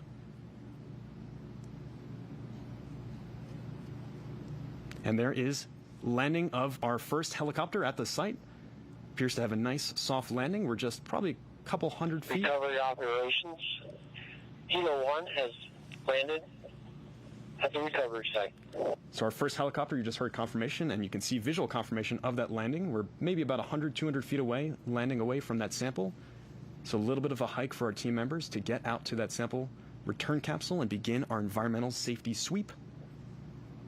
As I mentioned, our on-scene commander, Stu Wiley, will be the first person of the team to actually approach this sample, check the area for any unexploded ordnances, UXOs, that could possibly be out there on the range, and then also make sure that that SRC is safe for our operations team to approach and begin recovery. You can see where that parachute disconnected from the top of that SRC. That is the back shield that you see right there at the very top with that little bit of white wiring still coming out of the top. Our SRC perfectly landed there on the Utah Test and Training Range. So what you're about to see happening next is the process of recovery operations. This is a key moment of today's events to actually get that SRC from out in the desert into our portable clean room here at Dugway. It is crucial that we maintain the pristine nature of this sample that we got back from asteroid Bennu.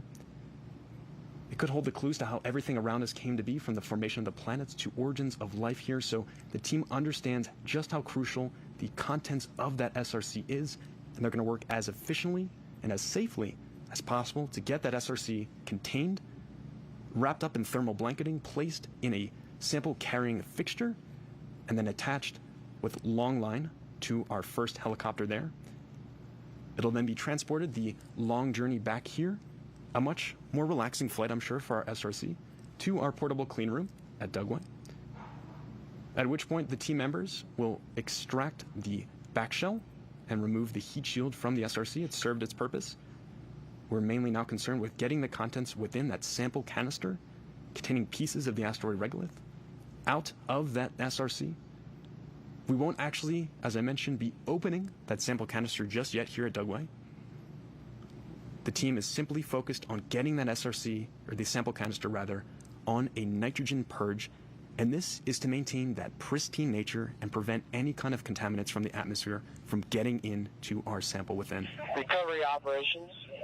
Kilos 3 and 4 have been cleared to land at the recovery site. And the rest of the team is closely behind, ready to land at the recovery site to begin operations. This will be simultaneous action that you'll see here once we have the clearance from Stu Wiley to begin our recovery operations.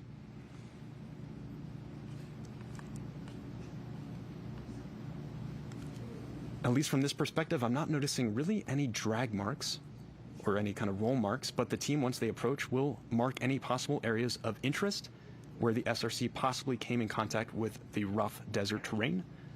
All of these regions will be sampled by our recovery team and will be passed off to the sample curation team at the Johnson Space Center. As they begin to unload and actually open up the sample canister there, exploring the contents within and making sure that no possible contaminants from the surrounding landing location got into our sample. We're getting a wider view now. We should have the helicopters that have landed nearby coming into view, potentially. The team really taking extra precaution as they approach the SRC. As I mentioned, team member safety is paramount during these operations. There are possible potential areas of concern as the team begin these operations, including the temperature of that SRC. You see it looks quite charred there. It could still be a little bit warm. As I mentioned, it heated up to over 5,000 degrees Fahrenheit. So as the cool desert air begins to cool down that SRC, we want to make sure that it is cool enough for our team to actually begin those recovery operations. We'll also be checking the gas levels of that SRC to make sure that it is not outgassing from the batteries within, heating up during that re-entry. We'll also be making sure that there is no live voltage present. And we see a view now from our high altitude plane that has visual of those helicopters landed nearby, just at the northern part of your screen. You can see one of them on screen now.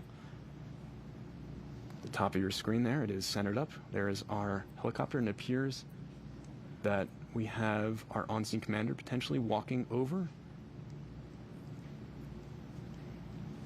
This is once again our high altitude WB-57 shot of our helicopters landed at the LZ, our landing zone. You can see some movement on the screen. It appears some team members might be approaching our SRC at this point to begin those recovery operations, the initial safety sweep.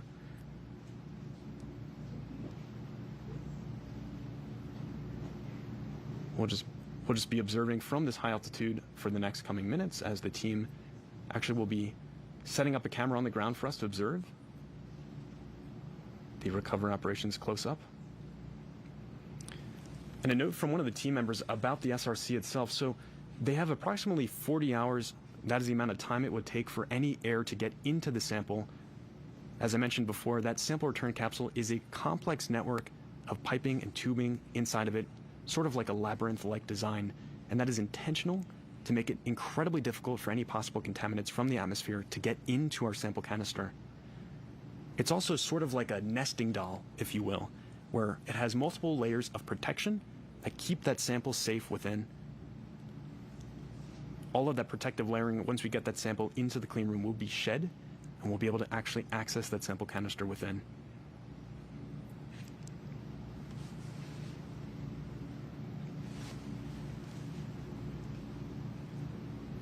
The main goal, as I said, for today is to get that sample canister on a nitrogen purge. That is to maintain its pristine nature.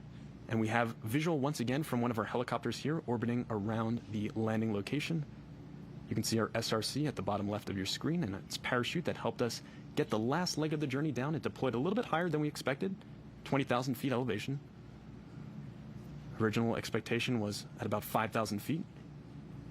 And this brought us down the last leg of the journey. After a punishing initial entry into Earth's atmosphere over San Francisco, about 82 miles in altitude, to now resting on the rugged Utah Test and Training Range desert floor.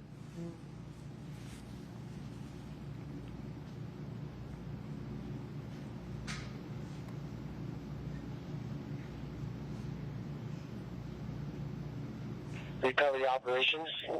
Recovery team is in the vicinity, beginning their initial assessments. So you just heard confirmation from Tim Preiser that the team is beginning to actually approach the SRC for that initial environmental and safety sweep. You'll soon see our on-scene commander, or Oscar, Stu Wiley, approaching that sample return capsule. As I mentioned before, he'll be checking for any possible unexploded ordnances. You can see our mission operations team. They have been overseeing all of this morning's events, and they're going to continue. There we go on screen. You can see front and center there, Stu Wiley, our on-scene commander, and right behind him is Victoria team. They are both wearing personal protective equipment, gas masks.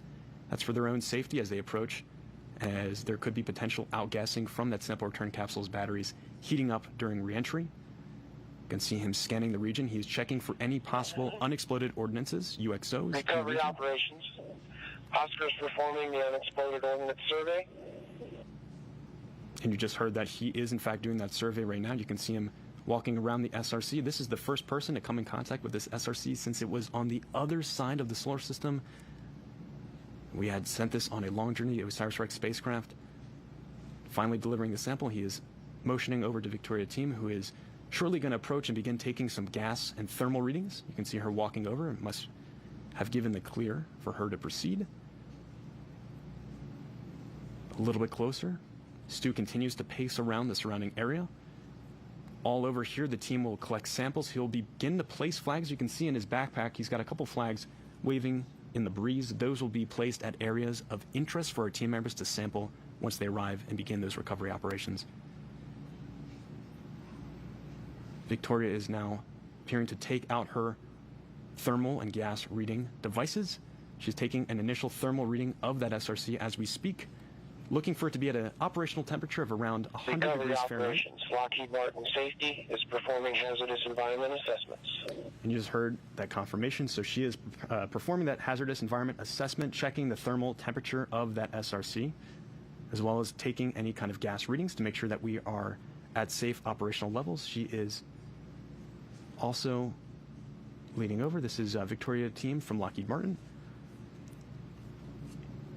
Stu continues to sweep the area around her for the safe operation of our recovery crew members.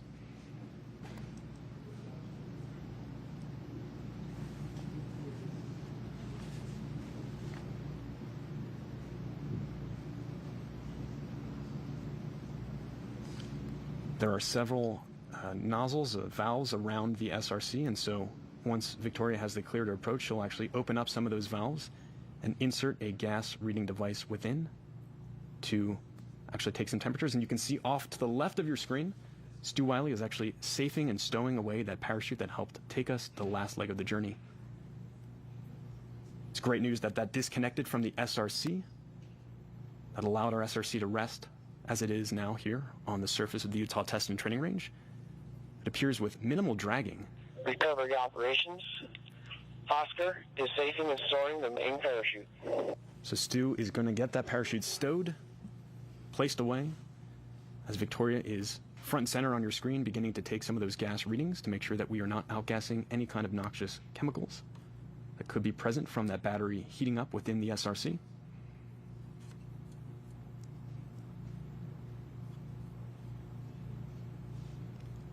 And Stu is walking back to the team with that parachute.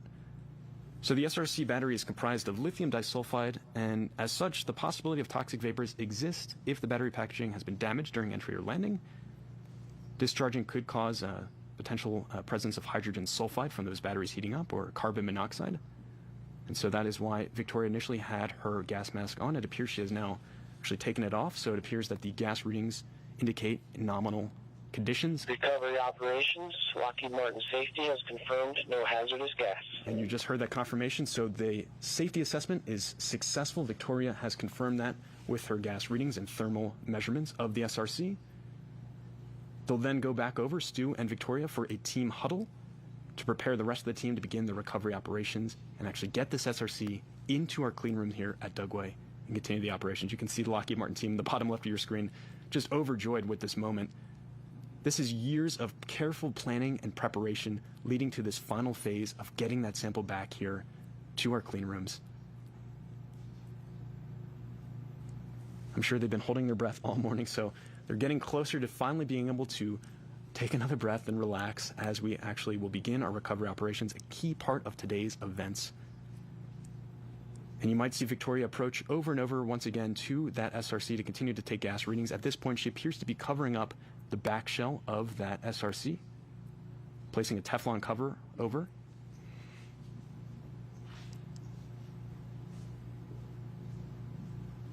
This is where the parachute actually deployed at the top of the SRC capsule, the sample return capsule rather. She'll also be checking for any possible live voltage. And we'll wrap Kapton tape around the two cut cable ends protruding from the back of the SRC where that parachute deployed. You can see her with that covering as we speak, placing it on the back shell.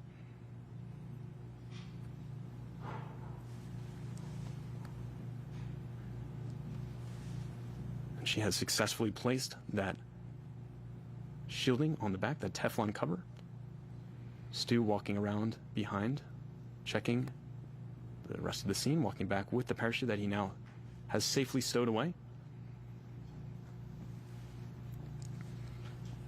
And you'll see Victoria opening up a couple gas valves on the SRC, taking those gas readings. Continue to do this throughout the whole process. She's also placing covers on those gas vents too to prevent any kind of contamination from atmospheric particles, particulates entering into that SRC. She's photographing the scene as well too. This is to keep careful note of exactly the procedures that she's going through for her team.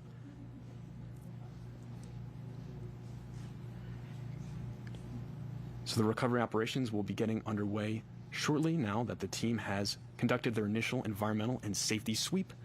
Everything appears to be nominal, which is fantastic. We do, in fact, have that SRC on the ground. The rest of the team will be approaching shortly. But for now, back to you, Lauren and Jim. Wow, thank you, James. Oh, can you believe it? OMG. Touchdown for science. What a great day. For the folks at home, this is a huge deal, and they did it. For the first time in history, we brought goodies back home from this kind of object in the history of humanity. So this is big. This is so huge, and we're all breathing a big sigh of relief. Obviously, we're not completely out of the woods here, and we'll be monitoring what's going on and keeping you abreast of everything that's happening. But for now, wow, we made it home. A great job by that Lockheed Martin team safing that craft. Fantastic. What a spacecraft. We have to name her specially. Yes, absolutely. In that capsule, everything perfect. So while the capsule was making its way to the ground, mission teams... Recovery operations, all event covers are in place. All right, so we're making progress. We're making progress. All right, so while the capsule was making its way to the ground, mission teams in the Colorado control room and the mission ops area here in Utah were, of course, riveted by the live images. These teams have watched and nurtured this mission for more than 7 years of spaceflight, and even longer in terms of construction and design. Gosh, wow, amazing. 11 years since it was selected to fly. What a job, folks. Just fantastic. A lot's happened in 7 years. All right, so let's get an update from where the action started this morning. Sophia, tell us everything. Okay, firstly, I want to say we are so grateful that the capsule is on the ground and in good hands now. Now, from here, from Whig Mountain, I am overlooking the vast landing zone, which, again, is larger than the state of Rhode Island.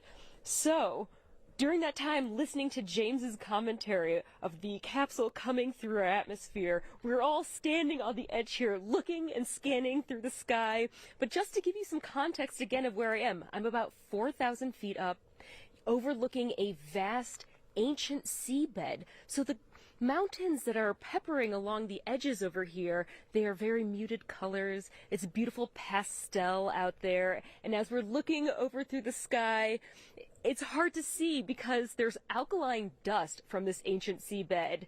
And considering that the capsule has landed on the edge of the landing zone, even though I'm as close as I could possibly be, I didn't see anything over here. I will say I'm a little disappointed, but grateful that that capsule is in the most capable hands it can be, and that is the most important thing out here. So while I didn't see with my eyes myself, we saw it on the screen, and it's still a great day. So back to you, Lauren. Wow, thank you, Sophia. And thankfully, we got that great image from the NASA helicopter. Wow. Just well done to that team. Thank you for that.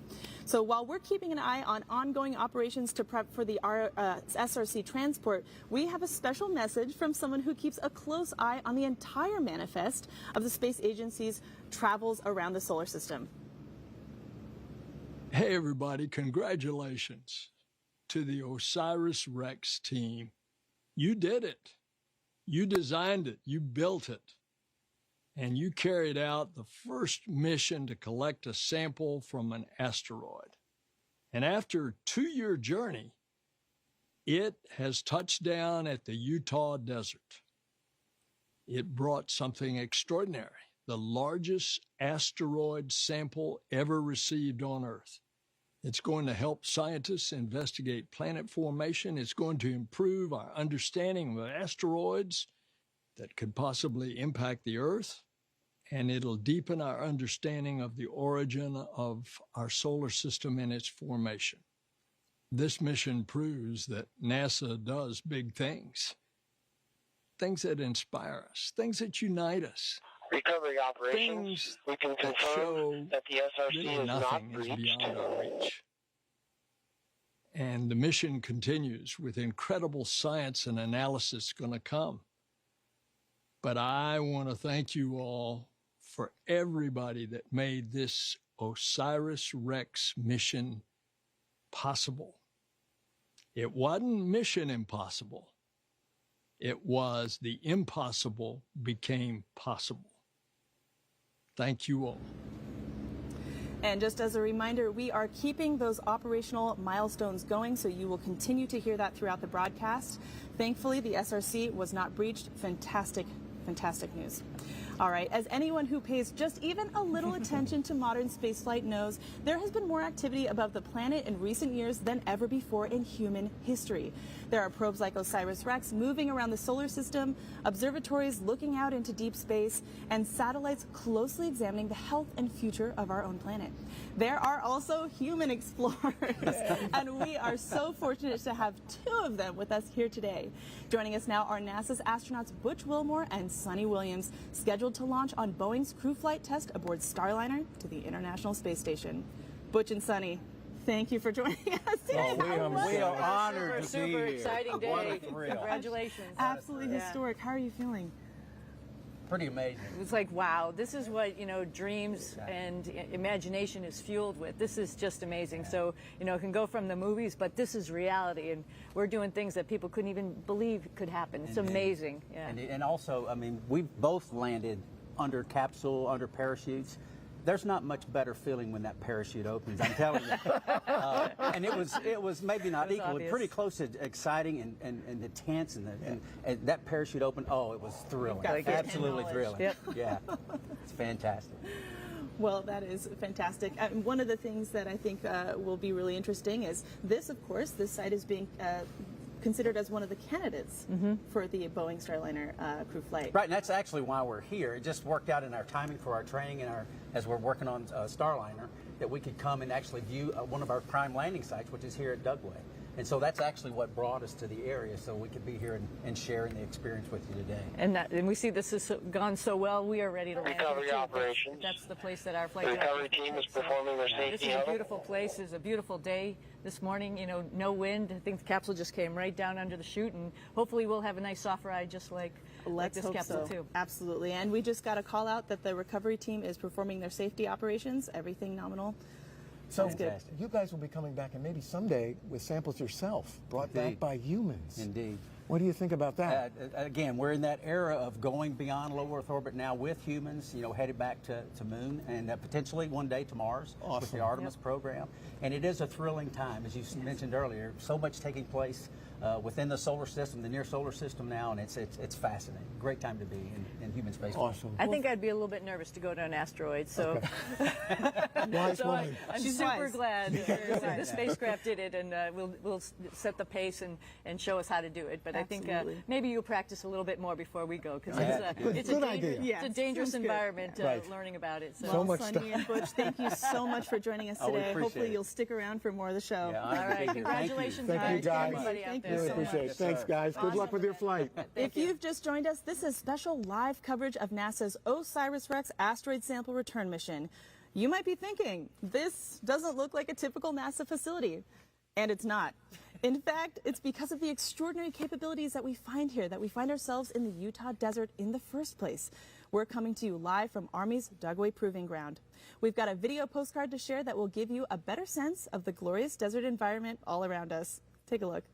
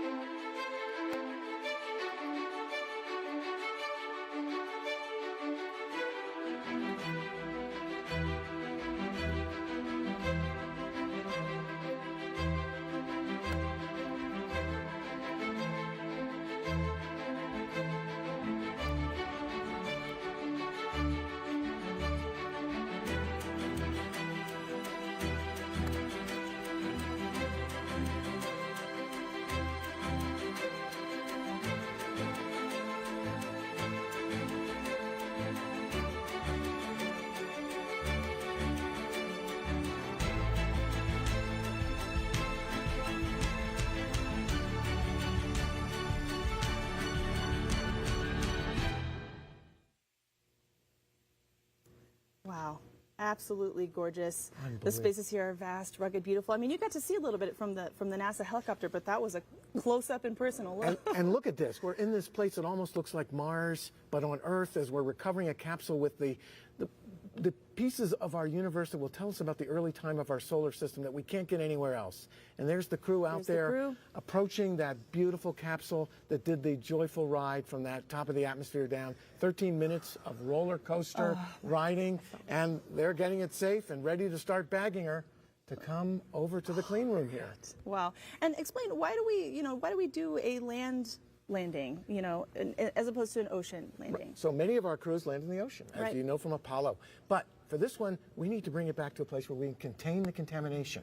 By landing in the desert here, we can keep the Earth's ocean, all those absolutely wonderful waters out. This is the best place to bring home this kind of capsule. And look at her. She landed perfectly. Looks like a top sitting there. Absolutely gorgeous. Well, this isn't the first time that NASA has visited Dugway, and it certainly won't be the last. Take a look. When bringing a sample of the cosmos back to Earth, it's important to find a good landing zone that won't compromise the sample. That's why NASA partnered with the Army's Dugway Proving Ground. Its vast open space makes it ideal for the task. But OSIRIS-REx is neither the first nor the last mission to land here. In 2004, the Genesis mission landed here at Dugway, delivering our first ever samples of solar wind. In 2006, NASA landed at Dugway again, this time with a mission called Stardust, which gathered samples of interstellar dust. Both of these missions helped fuel our understanding of the universe and wouldn't have been possible without a safe landing zone, just like OSIRIS-REx. After today, NASA and Dugway are looking towards the future, to the Mars sample return mission that will once again be bringing a unique sample of our universe right here to Dugway Proving Ground. The U.S. Army and Air Force have been excellent hosts to us for months as we've been preparing for today's landing. That's one of many reasons I'm so pleased to welcome Colonel James Harwell, Army Commander here at Dugway Proving Ground. Recovery operations. Nominal SRC recovery operations have begun. Getting an update. Okay. All right, nominal SRC recovery operations have begun. Okay. Darn good. All right. Okay, so today could not have gone any better. How did it, I mean, in large part due to our amazing partners here with the military, how did it look from your end? Oh, it looked amazing. So when you talk about partnerships, this isn't just a Dugway Proving Ground effort. Though you're sitting here on Dugway Proving Ground, the capsule actually landed on the Air Force's Utah Test and Training Range. And so it's going to be brought here to Dugway before it goes to the clean room. So this is a larger effort than just the Army's Dugway Proving Ground and NASA. And it looks like it might have landed right. So I got a note just before this from the commander of the Utah Test and Training Range that it did land on Uter. And so there was a little bit of rivalry there. We were hoping, but it looks like it was on Uter. Right on the boundary, though. Yeah. So close. So we have a big collaboration at NASA with members from the Army and Navy, from the military services that have given us the opportunity to go to these great places in space ourselves as people. And can you tell us a little bit about the training and other fantastic things you do prepares these people to be crew for flight into space? Yeah, so if you look at it, the Army is the greatest leadership lab in the world. The types of problems that we have to solve on a day-to-day basis. And we have some of the best workforce that is available. So here at Dugway Proving Ground, we do chemical and biological defense testing. We're part of the Army's Test and Evaluation Command. And so anytime a piece of equipment is going to go into a service member's hands, it's tested by one of our amazing members of our workforce. But we also do training here. And so it gives a chance for folks to come and do things in a realistic environment. And that really allows them to hone those problem-solving skills. So that's why the crews are so good who come from the Army and the Navy and Air Force. Yeah, we'd like to point out it was an Army astronaut this week who went over who set the record. Oh, well, there you go. Well, we couldn't let you go without wishing you a very happy birthday today. Happy birthday. Today is your birthday, and you got a piece of the solar system. How about that? I don't think I could have gotten a better present from NASA. No. And this is the rarest stuff we've ever had on Earth. It is. And I mean, when we're talking about the origins of life, and that's one of the I have the coolest job in the world. A couple months ago, I was here, and out on the Utah Test and Training Range, we got to go out to an archaeological site and see 12,000-year-old footprints. And now we're going to get to see the material from the origins of the solar system. I think we've set the bar pretty high, really and so my kids think I'm cool today. I don't know what we're going to do to top this. Well, we think you're pretty cool, yes. too. Yes, sir. And thank you so much for joining us. We've really loved having you. Thank you so much. We have a saying at NASA that the only way to reach the stars is if we all go together. The OSIRIS-REx team represents pros at the top of their game, but future explorers are just now finding inspiration in today's events. Here at the Dugway Proving Ground, students attending public school can literally say that a sample of an asteroid landed in their backyard. We visited the school to hear their thoughts about the mission and how their teachers hope it might influence their dreams of future exploration.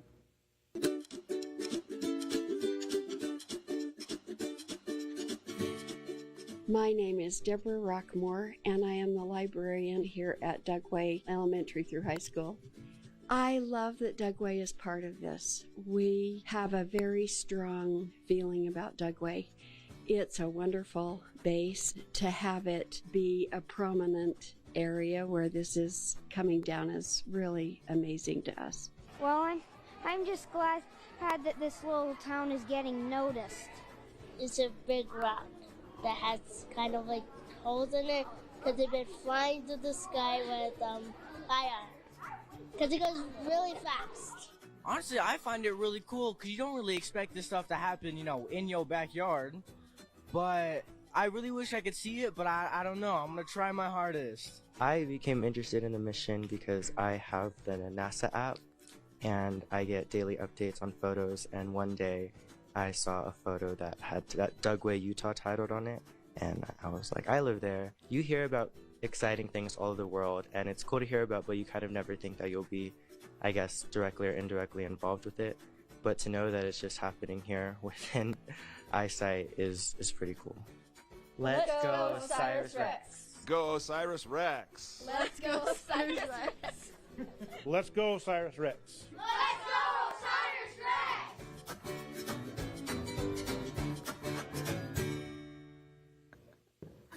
All right, let's go OSIRIS-REx. I love that energy. I do too. All right, Jim, you're a planetary geologist. How did you get into this? I mean, these kids are just at the beginning of thinking about what their career might be. I mean, how did you do this? I think all kids are intrinsically curious at birth. My mother said I was interested in space at birth. Don't know how she knew. But in any event, I think we all are, and we follow different pathways. If you see things as beautiful as we have here in Dugway, here in Utah, you'll be inspired by the rocks and the things in space, like these special samples we've brought back, which are unique being from Bennu, but not unique in the kinds of materials we have here on Earth, thanks to other asteroid returns. These are the biggest we've ever done, and so we're excited. But I think curiosity is in all of us, and so that's really what it's all about. And these kids are ready to pick up on this energy. Yeah, we need that future generation. All right, let's get an update from James. James, go ahead. Yeah, Lauren, so the mission operations team has confirmed that we are able to begin those recovery operations. You've been seeing on your screen in the bottom corner for the past couple minutes, team members beginning to head out and put flags of areas of interest where we'll want to sample for our sample curation team. And also just a note on our parachute deployment, the parachute was set to deploy based on capsule deceleration, and we actually reached that threshold earlier than predicted, and the parachute deployed appropriately. So everything was right there, working perfectly fine. We got that SRC, as you can see, successfully on the ground. It is perfectly resting on the desert terrain, and you see 3 of our team members around that capsule beginning to place flags to begin to collect samples. The team members here you see on screen are Scott Sanford, Dante Loretto, the principal investigator at the right of your screen there, and Francis McCubbin.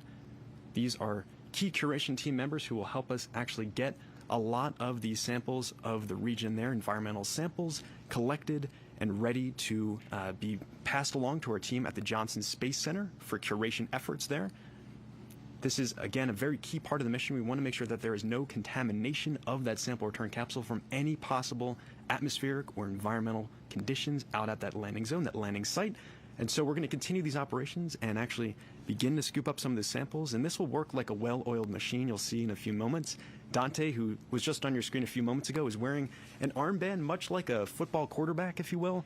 He'll actually be kind of reading off the play calls as they go out and go step by step to actually scoop into the terrain about an inch down into the surface of the desert, scooping out a little bit of the rock and dust that's there, placing it into a bag, photographing the whole process along the way, making note of exactly where they collected that sample from. All this information will then be passed along to our sample curation team at the Johnson Space Center as they begin to actually open up that sample canister and see exactly what we got within. This has been a long journey. It's been an incredible morning to witness this live. Just such a stunning feat of engineering to get that capsule back here to Earth with samples of the asteroid Bennu. This is why we do science, right? To get these kinds of samples, every piece of dust and grain inside that sample return capsule is a PhD thesis waiting to be written. It's a new discovery waiting for us about the origins of the solar system and our place in it. And the vast majority of that sample, more than 70% of that sample, is actually going to be stowed away for future analysis. We did the same exact thing with the Apollo missions when we brought back rocks from the moon.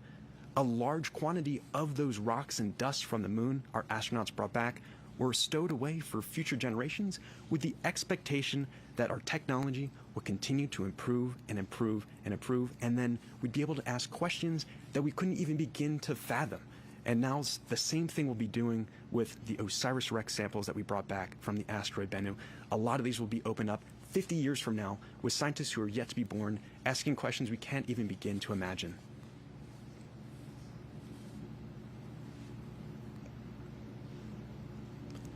So our team is just huddling off screen now, and our recovery operations will begin. You'll see a number of team members come out here.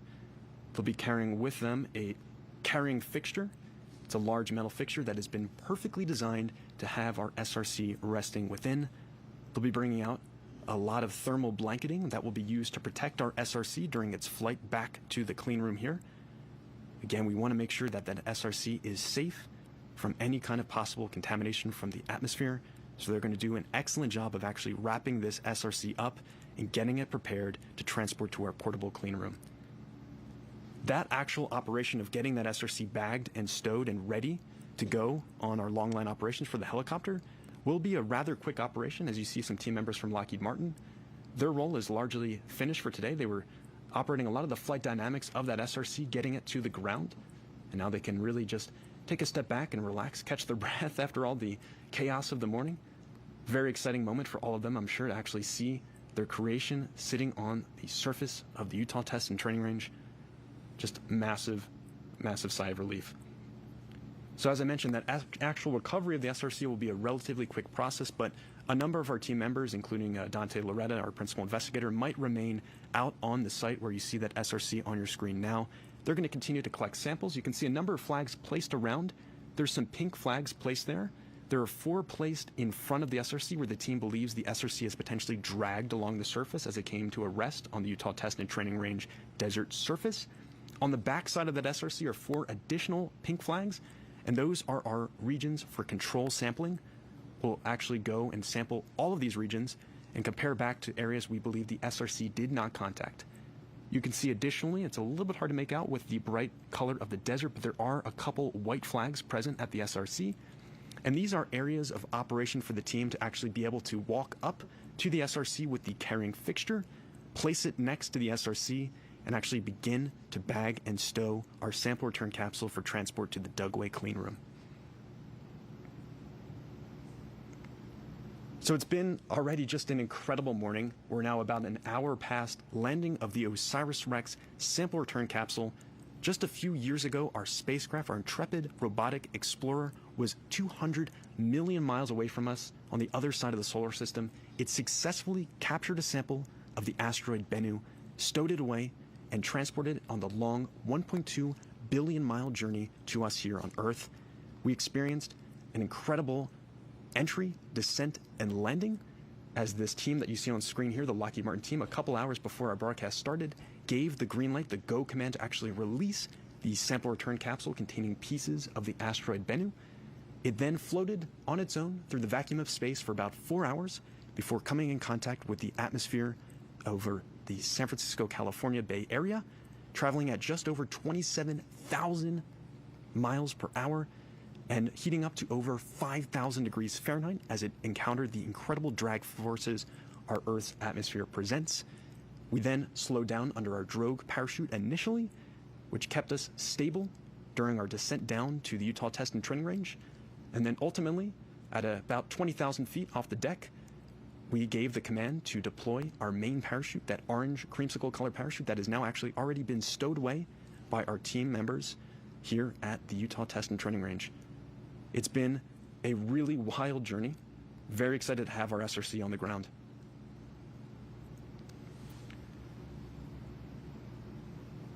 And you see a view of our mission operations team observing our recovery team that is already out on the landing zone, taking samples, beginning to actually prepare the thermal blanketing, the protective layers for our SRC, and you can see we're documenting this whole process along the way.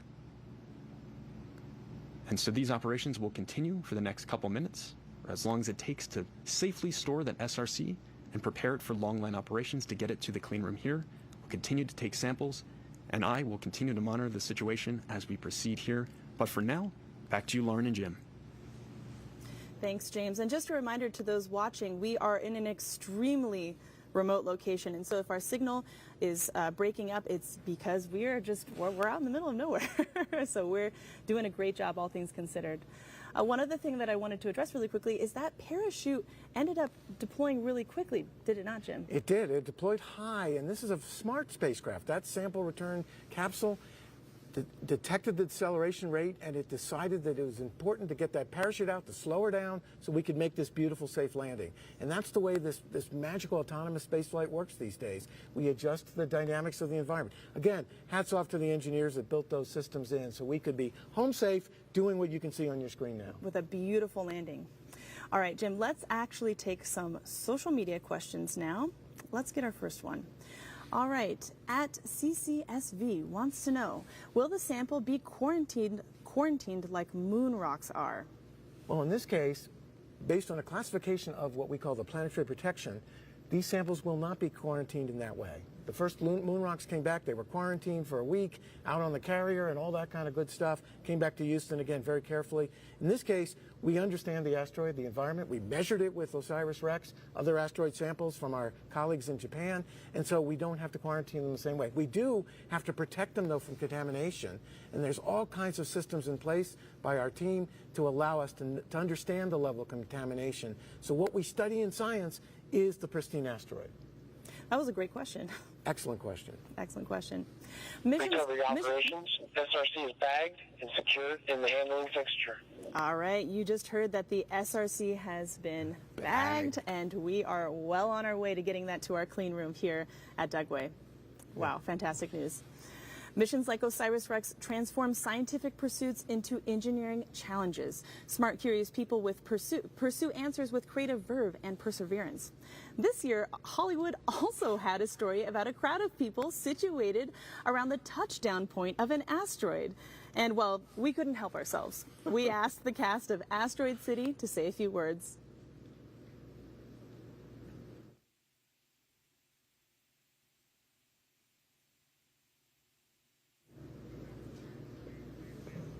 All right, well, it looks like we are having some technical difficulties, but that's okay. We'll definitely get you that video. It's a really fun one. It is. Scarlett Johansson, I mean, A-lister, Yes. Can you imagine? All right, so let's get an update from our field correspondent, Sophia. Sophia, do you have an update for us? Okay, Lauren, turns out the landing site really is just over my shoulder. It is just so hard to see through the alkaline particulate out here on the landing zone. But you know what? This is all in great hands, and we are just very thrilled that the capsule is doing well today. So I'm able to see one of the helicopters just circling over there. But for those of you who have just tuned in, I am on Wig Mountain, which is overlooking the ellipse, which is the vast landing zone. And earlier today, the helicopters, which were shuttling our teams of experts and our scientists, departed from here via helicopter once they found out exactly where the capsule landed. And now they are off on their recovery process and are doing what they do, which has been a carefully rehearsed process. So, Lauren, I'm going to send it back to you. Great, thank you so much, Sophia. All right, well, let's get back to that awesome video of Asteroid City. You don't want to miss this. Take a look. Hi, I'm Jason Schwartzman. I'm Jake Ryan. And I'm Scarlett Johansson. Where are you? Asteroid City, Farm Route 6, mile 75. Hey everyone, I'm Jeffrey Wright. Junior stargazers and space cadets. Each year we celebrate Asteroid Day. Hey everyone, I'm Maya Hawke. And I'm Rupert Friend. And we star in Wes Anderson's new movie, Asteroid City. In the movie, families from across the country gather in a fictional American desert town for a junior stargazer convention. I heard there's a real-life reason people will be gathering in the Utah desert this September. The world will never be the same. What is happening there on September 24th? September 24th is going to be a historic day. This is NASA's first asteroid sample return mission and the biggest sample return beyond the moon. Shortly before 9 a.m. local time, the OSIRIS-REx spacecraft carrying precious samples of asteroid Bennu will release the capsule into the atmosphere to lower the samples down to the Utah desert, where scientists are anxiously awaiting the return of these materials. Wow, that sounds like the plot of a science fiction film. It's incredible that a spacecraft can go to an asteroid, Grab some pieces of it and then bring them to Earth. So what will NASA look for within the asteroid sample? These pristine asteroid materials will be studied by scientists from around the world. We're going to be looking at the minerals. We're going to be dissecting the rocks, looking at it mineral grain by mineral grain to learn more about how the solar system formed and evolved. We're also going to be looking for water to try to understand how our Earth's oceans came to be.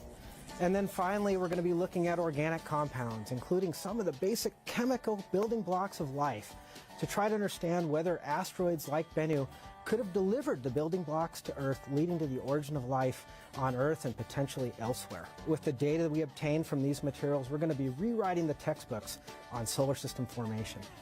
Fascinating stuff.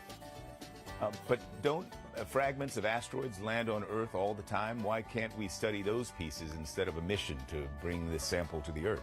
Yeah, that's a great question. I mean, in fact, the Earth is constantly being bombarded by fragments of asteroids in the form of meteorites. But one of the big problems with studying meteorites is you don't always know where they came from, and it also can be contaminated. Fair enough. It makes sense that we'd want to study something more pristine. So how will NASA protect the sample once it's on Earth? And can I have some?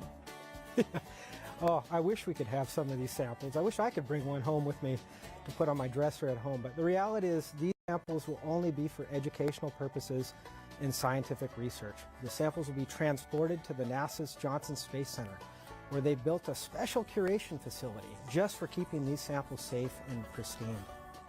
This is also incredible. I'm so glad that NASA has teams of people that are searching for the answers to some of the biggest questions, like where did life and water come from? Where did our solar system come from? I can't wait to see what we learn from the asteroid sample OSIRIS-REx is bringing to Earth. Thank you for all that you do. This is also incredible. Thank you so much for all you do. Well, you just said that name. You just said OSIRIS-REx. That was the thing. That was kick-ass. How did you do that? I was like, what is this phrase? I was like, OSIRIS-REx. OSIRIS-REx. Yeah, OSIRIS. OSIRIS-REx. Wow, talk about that mega wattage star Whoa, power. Scarlet, Oh wow. my gosh. It takes a huge, talented team with profoundly diverse skills to design and execute something as audacious as OSIRIS-REx. It takes years of planning and perseverance to see it through from that initial notepad doodle to a moment when the world tunes in to celebrate a huge success. It also takes leadership. And I'm pleased to say that we are now joined by the director of NASA Goddard Space Flight Center, Dr. Mackenzie Lystrup. Welcome. Thank you so much. I'm delighted to be here and very happy about the results coming out today. It is a great day indeed, and congratulations. This is a huge day for Goddard. It must go without saying that you are very proud. Absolutely. This team is amazing. They've been through so much for so long. Goddard Space Flight Center, the special thing about NASA's Science Center, Goddard, is that we have scientists and engineers working side by side, and so that doodle on a napkin can turn into something like OSIRIS-REx. And scientists like Dr. Garvin here, who's joined us, really help us create a vision with other scientists of how you're going to do the engineering that gets you to this moment that we have today.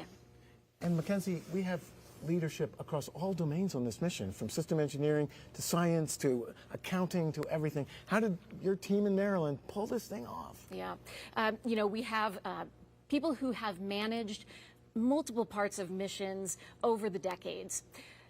Systems engineering is critical, and it's one of the things that Goddard really brings to the table. And systems engineering means that we take into account everything about the mission, from the science ideas to the launch to orchestrating the landing here on Earth, but making sure that all of the instruments are working together, making sure that the spacecraft successfully interfaces with the instruments and can carry out its job once it was at Bennu. All of that requires really understanding the entire system. So when we say systems engineering, we're really talking about that overarching, holistic perspective that our scientists and our engineers bring to the table. But it's true that we have some of the greatest scientists and engineers working on space missions, and they pull it off every time. Awesome. Fantastic. Well, really quickly here, Goddard will be one of the centers that will receive a sample, but who else will receive a sample of the asteroid? Samples are really traveling all around the world. What I think is very exciting about this mission is that we're saving about 75%.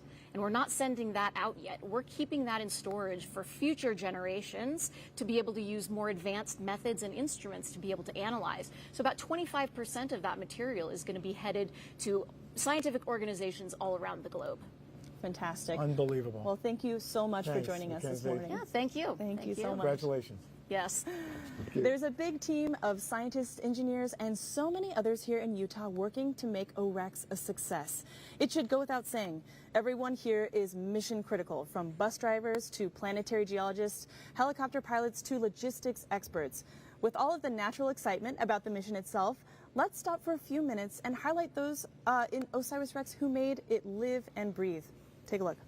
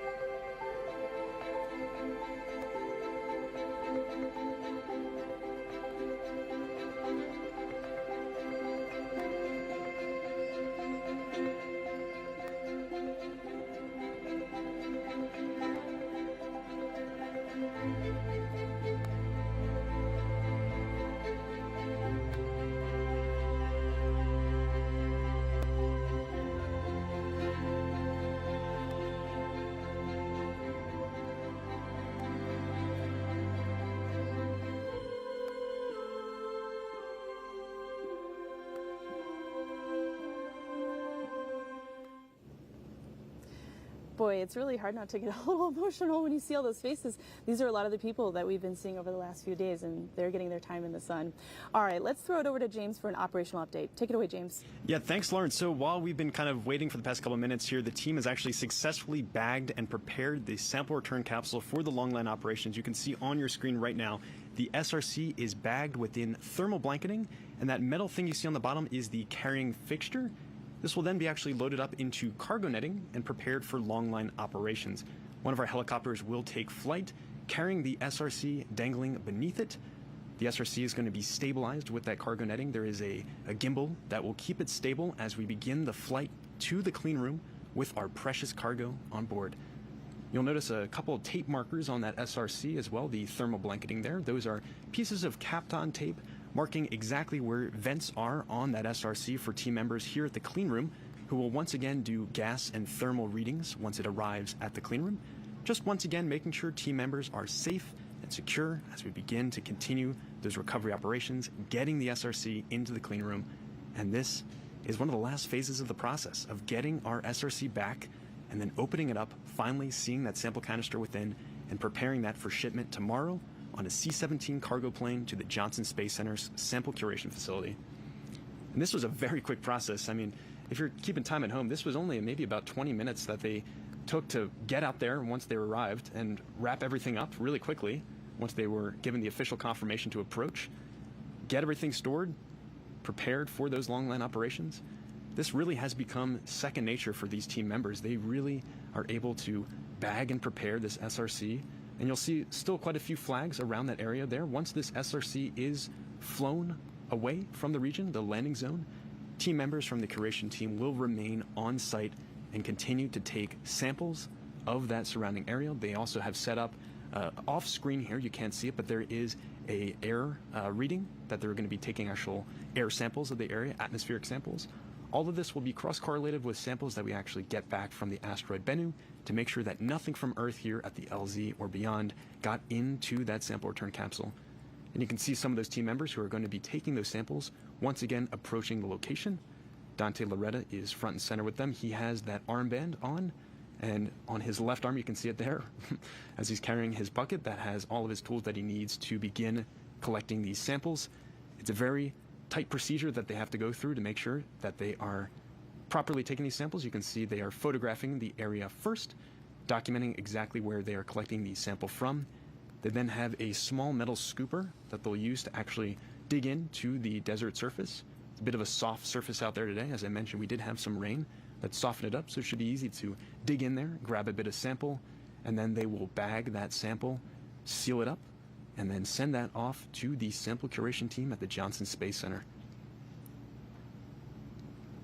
Admiring the region as well. It's a beautiful, clear morning there today.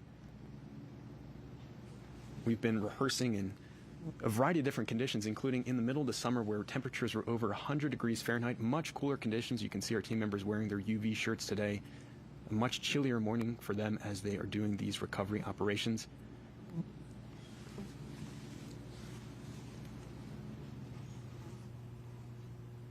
And this process does take some time as they go through and collect these samples. They want to make sure that they are accurately documenting exactly what's present at this landing zone for the team members who are at the sample curation facility of the Johnson Space Center. We're getting a great aerial view from our NASA helicopter. They've been doing a phenomenal job all morning tracking the action for us, and we don't give them enough credit. We've been training, obviously, all of the science and recovery operations. The recovery team is moving the SRC to Helicopter 1 and preparing for long line operations. And there we have it. We are going to be moving towards those long line operations. The rest of the team members approaching that SRC that has been successfully bagged and prepared to be loaded into the helicopter's long line.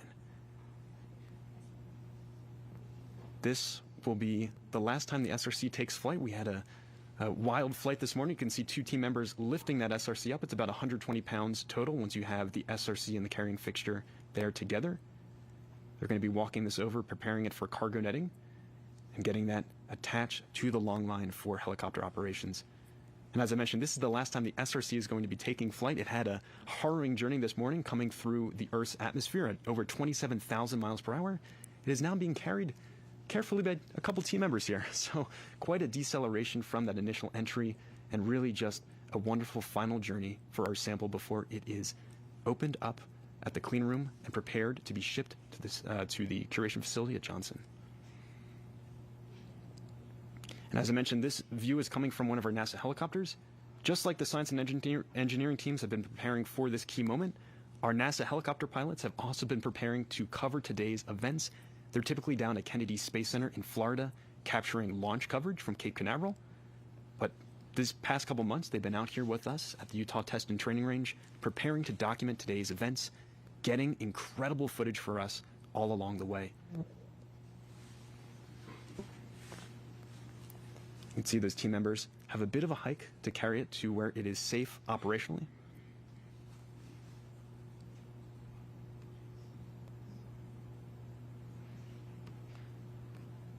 And you can see we have the cargo netting already laid out there.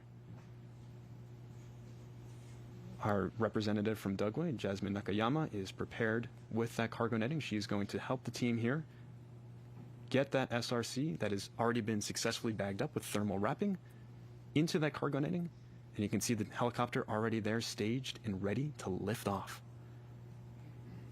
The helicopter pilot has actually removed one of the doors on that helicopter so he can lean out and look down as he carefully lifts the SRC off the terrain. We want to make sure that this is a careful, slow process as we safely transport this SRC to the Dugway clean room. And you can see Jasmine is picking up pieces of the cargo netting and beginning to wrap the SRC that has been placed already on the carrying fixture with the thermal blanketing. Team members observing their handiwork of getting that carefully wrapped up. We'll then actually unwrap all of that thermal blanketing once we actually get it into the clean room here. Recovery operations, SRCs in the cargo net, and all the gear has been stowed in the helicopter. Great news, everything sounds nominal for helicopter operations, and in just a few moments we should have liftoff of that SRC aboard the helicopter with that long line attached. Team members clearing the area to make sure that we can safely take off with our helicopter. These helicopter pilots have also been training in tandem with all the team members the past couple months leading up to this key moment. We've practiced these long line operations, we've practiced the flight back to the Dugway clean room, but obviously nothing compares to the real deal. I'm sure they are feeling the excitement, they are feeling the nerves as they know how precious their cargo is this morning that they're transporting to the Dugway clean room. See, Jasmine is donning a helmet, and the rotors are kicking on for our helicopter. Kicking off some dust as they get up to speed there. It is a dusty morning out on the desert.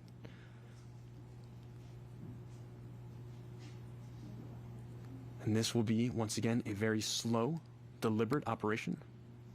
We want to make sure that sample return capsule is safe as we are lifting it off. The piece that Jasmine is holding in her hand right now is that gimbal stabilizer for the cargo netting. That will ensure that the SRC is not wildly spinning as we get to altitude with our helicopter. These helicopters can get upwards of over 100 miles an hour speed, but we're going to go nowhere close to that today. We're going to be taking this at a slow pace, making sure that SRC can get back safely and securely to our Dugway clean room. You can see one of our NASA photographers, Keegan Barber, taking some great pictures. I'm sure those will be phenomenal views of the operations that are going on just across the way from us at the Utah Test and Training Range. As soon as these rotors get up to speed, our helicopter will get off the ground. The terrain is a little bit soft today. Team members were out here yesterday testing out the grounds and had practiced actually landing with some of the helicopters. Those skids on the helicopters got about an inch into the wet terrain. It's presumably dried a lot more today. It's the sunny, clear skies have probably helped us out a bit, so this should be an easy liftoff for this helicopter to get into the air and help transport that SRC to the clean room. Off-screen, team members are presumably continuing to collect samples of the surrounding area, both environmental, soil samples, atmospheric samples. We'll be continuing to do those operations even as we bring this SRC to our clean room. Just a great view here from our NASA helicopter. And in just a few moments, we should have a stunning view of our SRC lifting off the ground. No part of this SRC comes in contact with the helicopter. As I said, it's been safely stored in that thermal blanketing. There's multiple layers of that blanketing, as well as a tarp being placed over it. Now, it is also in that cargo netting, thanks to our Dugway representative, Jasmine Nakayama. She's then attached this whole contraption to a long line that will dangle about 100 feet below the helicopter. And I can see a lot of dust kicking up now. The engine's really revving up on that helicopter, and it is off the desert terrain in the air with the SRC in tow. Recovery operations. Helicopter 1 is cleared to depart the recovery site with the SRC. And we have clearance to depart the recovery site. This is a key moment of those recovery operations. We're already getting that SRC out of the landing zone and on its way to the Dugway clean room. In just a few moments, that SRC with the long line attached will be lifting off its landing zone. Jasmine assisting with that final part of the lift, and it is now airborne. As I mentioned, a much more relaxing flight for our SRC on its last leg of its journey. We are officially departing that landing zone. Recovery operations will continue out at the Dugway clean room. I see team members waving goodbye.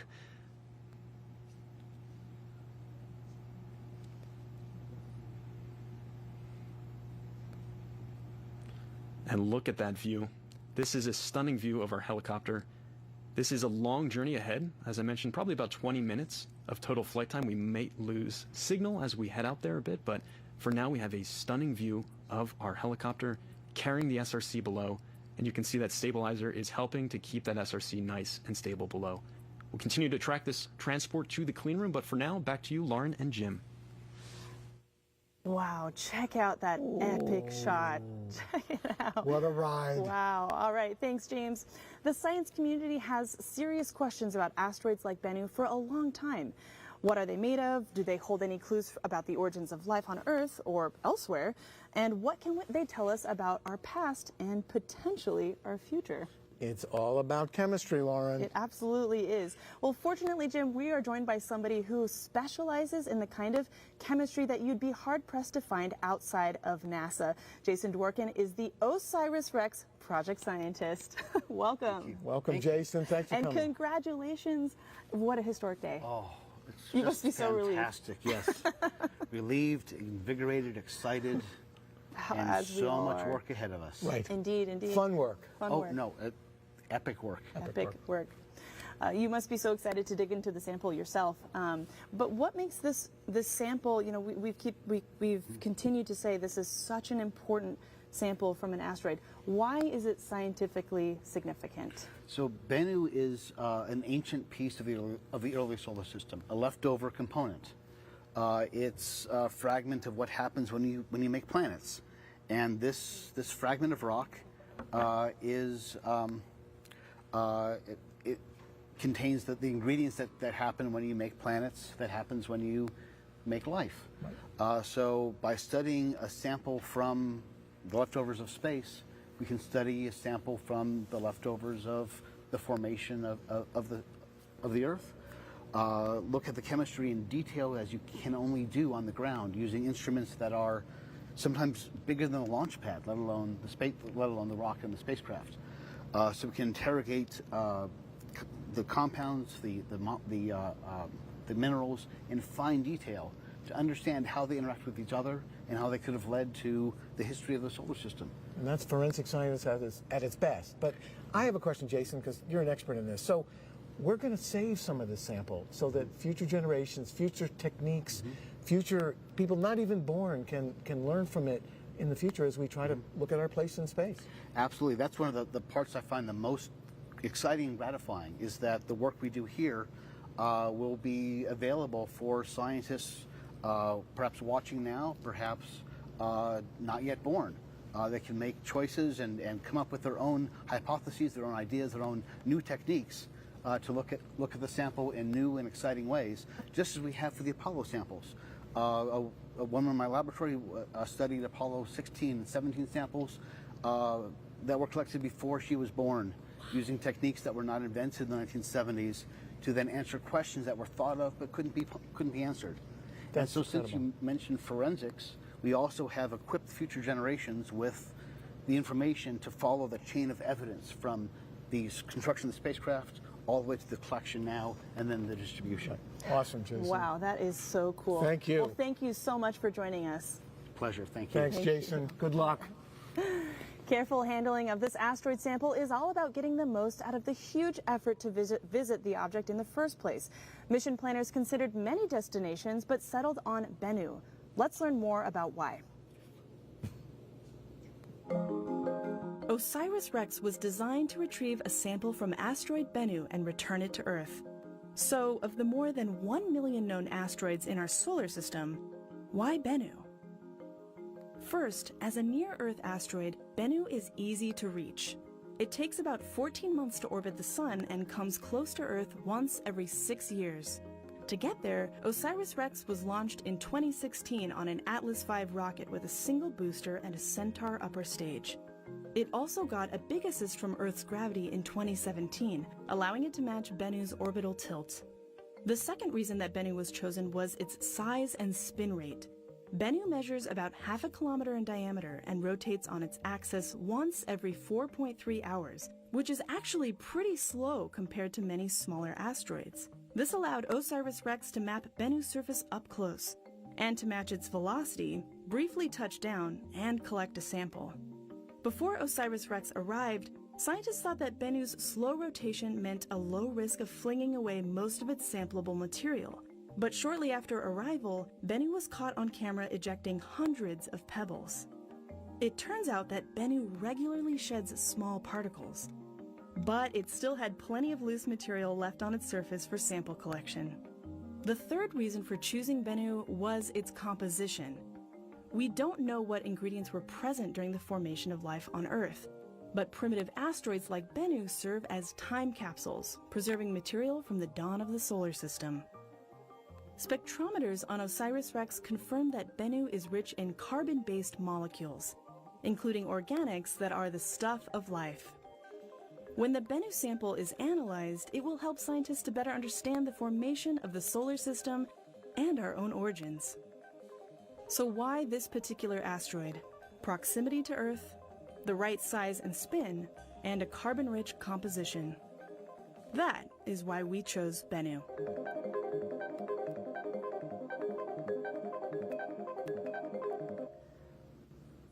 As you can see in the bottom of your screen, that SRC is continuing its transit to the clean room. Awesome. All right, so turning our attention back to the rocks in the Bach, I have to ask Jim, how did they get it in here? What is this? So this is the TAGSAM sampler head.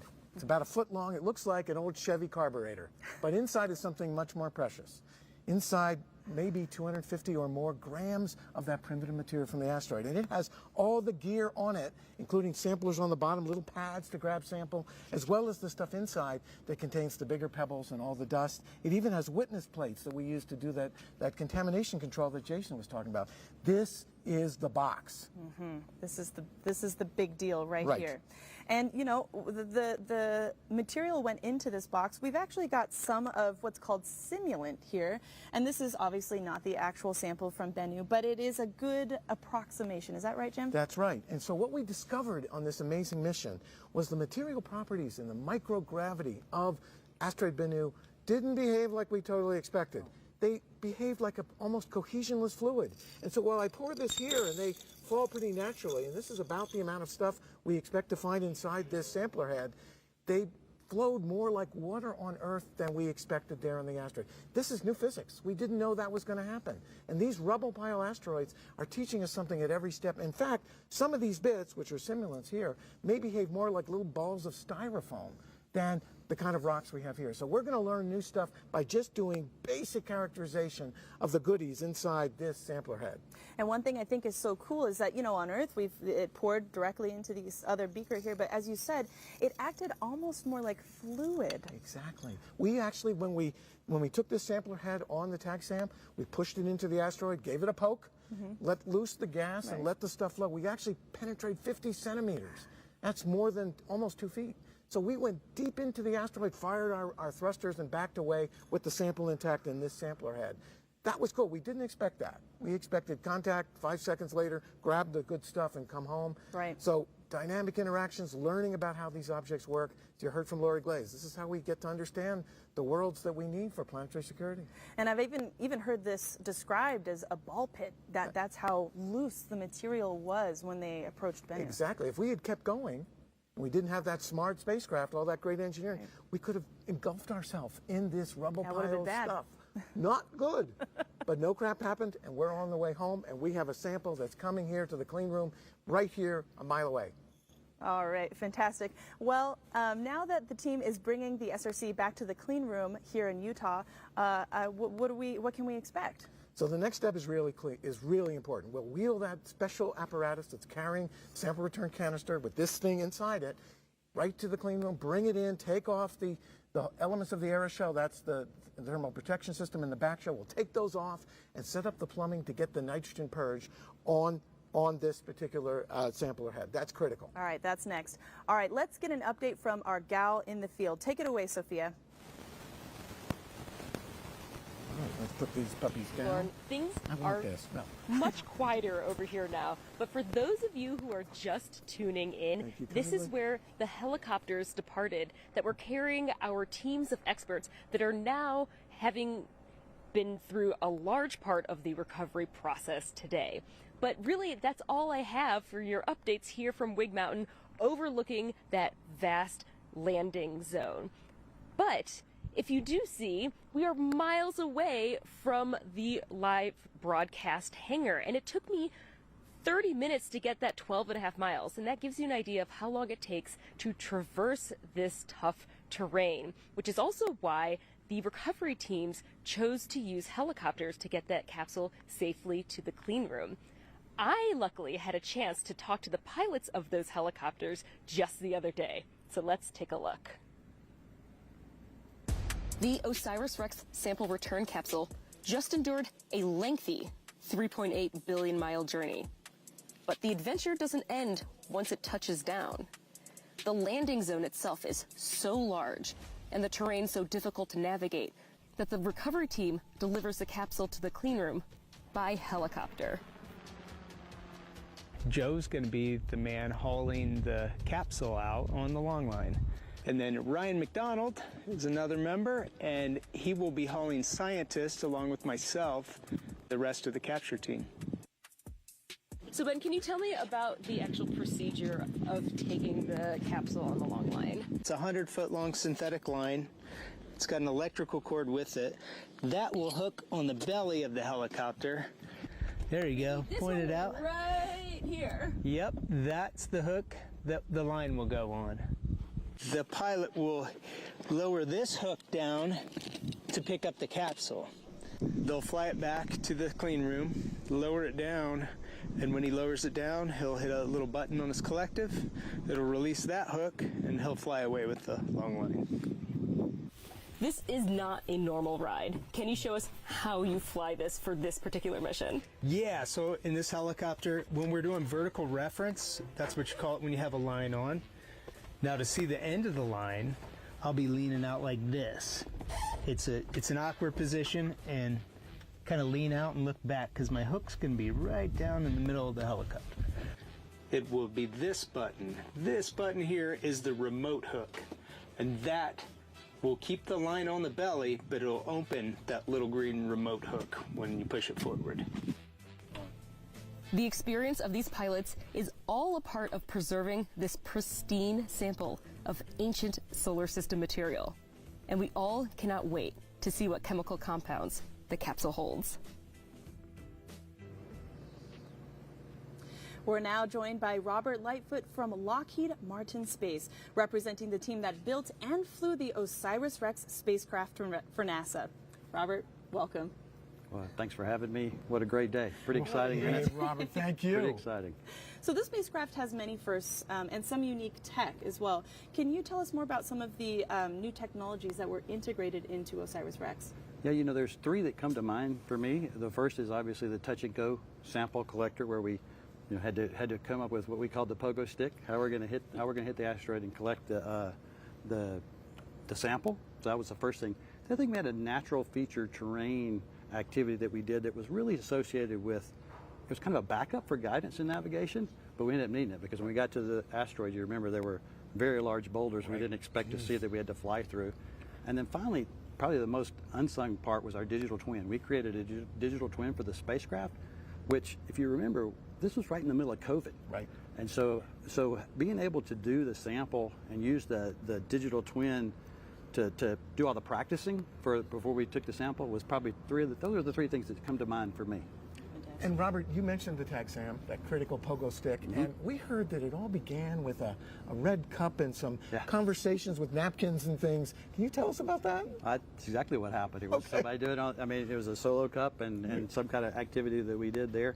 And really think about some of the most famous missions NASA has done. That's what we've done in the past, is we've used somebody sketched it out on a napkin and the engineers turned it into reality, and then the scientists get their reward. To use it. Thank you, Robert. What a great story. What a fantastic story. Well, thank you so much for joining us, Robert, and congratulations again. Thanks. Really proud of the team, Lockheed Martin team, and everybody for doing fantastic it. Y'all work. take care. Great job. We're keeping our eyes on ground operations as teams work to secure the SRC, take measurements at the landing site, and get everything ready for its transit to a specially prepared clean room a few miles away. Today's landing is a big day, but to tell you the truth, NASA is starry-eyed about asteroids, and for good reason. Asteroids are time capsules for the solar system and are vital research destinations for learning about our origins and perhaps our futures.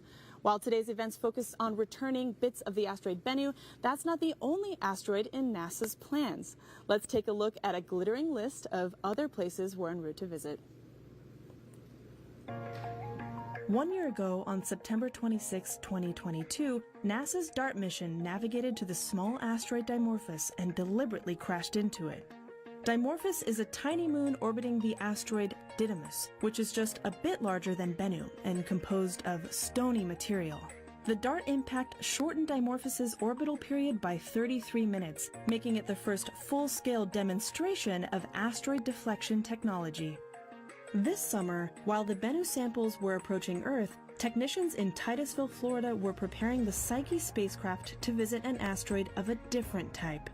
Psyche is named after its massive target, 16 Psyche, which is about 400 times larger than Bennu and more than 3 times as dense.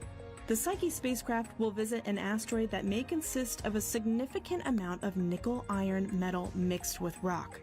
It will remotely study 16 Psyche's elemental composition, topography, and gravitational and magnetic fields. The mission will provide insights into the formation of terrestrial planets like Earth. Psyche's launch window opens on October 5th. November may be sweater weather for folks in the Northern Hemisphere, but for the Lucy mission, things will just be heating up.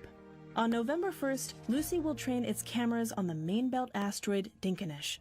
It will take pictures while rapidly flying by and test its ability to track asteroids during high-speed encounters. The Dinkinesh flyby will prepare Lucy for its next encounter with the main belt asteroid Donald Johanson in 2025.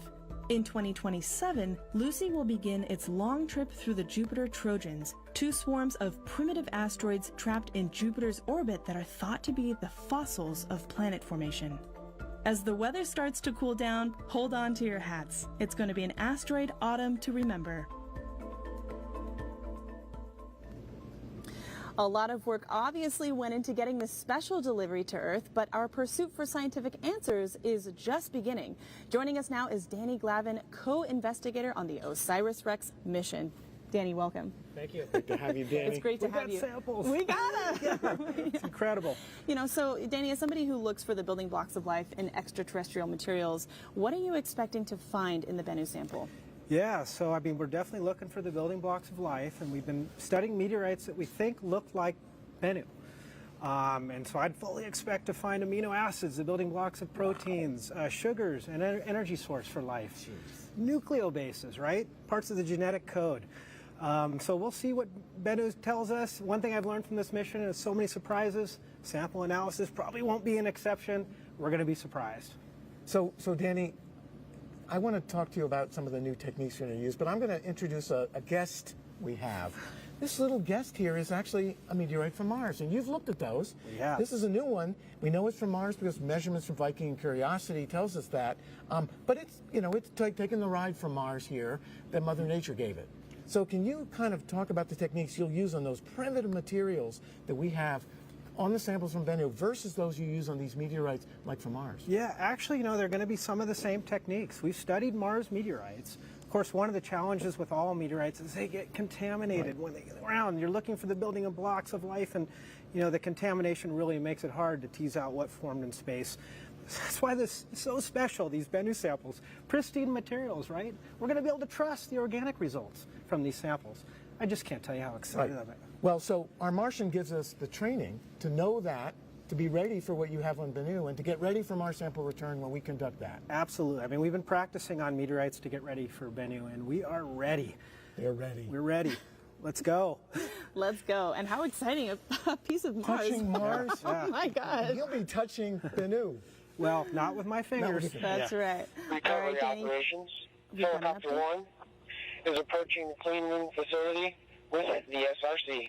All right, so you just heard we are approaching the clean room facility. Let's toss to James for an update. Take it away. Yeah, Lauren, this is the final leg of the journey of the SRC. It has been loaded on the helicopter a few minutes ago with a long line to get those operations to bring it back to the Dugway clean room.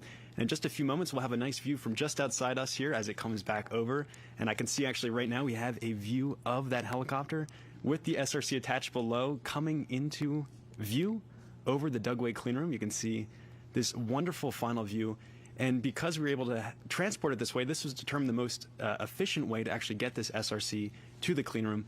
It gives us a phenomenal final view here of that last flight. Truly a parade for this sample return here. And just a stunning view of the Utah Test and Training Range, surrounding mountains. And there's that SRC beneath the helicopter with the long line. There's about 100 foot of that long line there.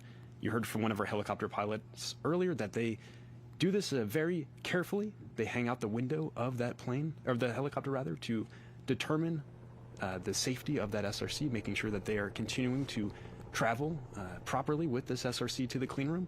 And as we speak, team members are staged and waiting just outside that clean room, ready to get that SRC back on the ground once more.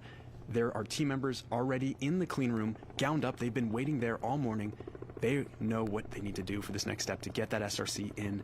It's going to actually be wheeled into the clean room. They're going to go through a brief operation of cleaning off a little bit of the thermal blanketing, taking all of that off, and then wheeling the SRC and placing it into that room.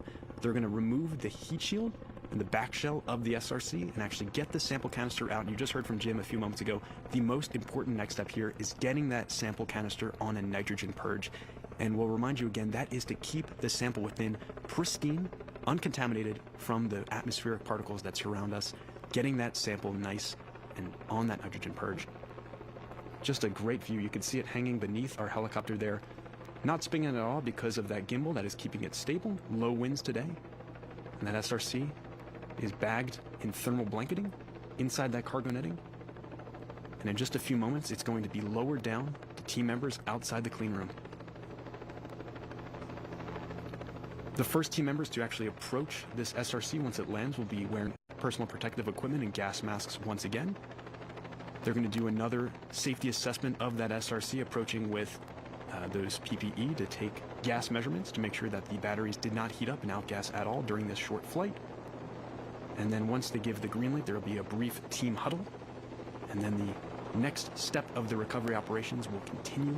They'll get that SRC onto a small carrying cart, and you can see it being lowered down. The clean room, the top of the clean room, the building rather, is in view, and that SRC is coming down to the ground. Slowly being lowered. Everything about this has been carefully planned out, a very slow process. You can see a wonderful view of the SRC and the cargo netting. That metal piece on the bottom is the carrying fixture that helps team members actually carry this SRC. In just a few moments, the SRC will be back on the ground. Its second touchdown of the day, a much calmer one than we had earlier this morning. And you see two members approaching, grabbing that cargo netting to get the SRC on the ground, and in just a few seconds we will have a release of that long line. And there you have it. The SRC has arrived at the clean room. Claps from the audience in the background there. Very excited to have this back on the ground. And in just a few moments, team members will approach. A very excited celebration. Great to have it on the ground. And this is the last step of the process for today's events, getting that SRC in the clean room. In just a few moments, you'll see team members approaching and beginning to unwrap the gift within. You can see our first team members walking up with that gas mask on. This is once again for team member safety, just to make sure that the operations are continuing nominally, that there are no possible outgassing from the batteries within. The rest of the team will wait for this initial safety assessment before making their approach. And there was some assistance for this step of the process from our team members out in the field. When they bagged the SRC. Recovery operations. The SRC has been delivered to the clean room facility and is being prepared to transfer into the clean room. So Zoe is removing the cargo netting now, and she's going to look at those X marks, those tape markers there. They're capped on tape that the team out in the field actually placed on that thermal blanketing. They let her know exactly where the air vents are, the gas vents on the SRC. So she doesn't have to unwrap the whole thing. She can just unwrap that small part and take her gas readings just to make sure that we're not outgassing anything from the batteries within. She'll take, once again, some thermal measurements just to make sure we're at safe operational temperatures. We don't anticipate any kind of additional heating on that SRC. You can see her opening up ever so slowly that thermal blanketing right at that capped on tape. Taking her readings. You can see another layer of that thermal blanketing there, and then the SRC is safely stored within. She's further unwrapping the SRC. There is additional thermal blanketing. You can see there's a couple layers. There's 2 layers of the thermal blanketing and then the tarp over top everything. She just needs to access that interior part and take her gas reading. You can see her with the instrument now taking initial thermal temperature reading. A nod of the head there. Looks like everything is nominal. And she'll take a gas reading here. You can hear the helicopters buzzing overhead here. The rest of our recovery team just shortly, a few minutes ago, landed nearby. And as we speak on the other side of where Zoe is right now, there are team members preparing the clean room for the last leg of the recovery operations, getting that SRC inside the clean room and beginning the process of extracting that sample canister from within.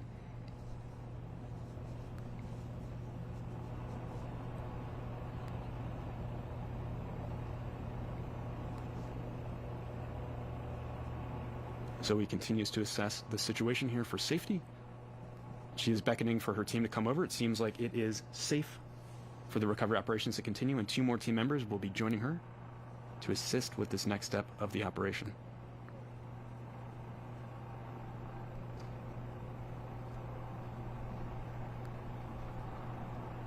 And here come a few more team members as well. Approaching now is Rich Witherspoon, who's been overseeing a lot of the operations out here at Dugway. There's been a number of rehearsals. We have a ground view now. Zoe is cleared to take off her gas mask. Big smile, very excited to get that SRC back here. It appears to be safe to continue the next step of the operations, getting that sample return capsule in the clean room. She's putting away her thermal protecting gloves.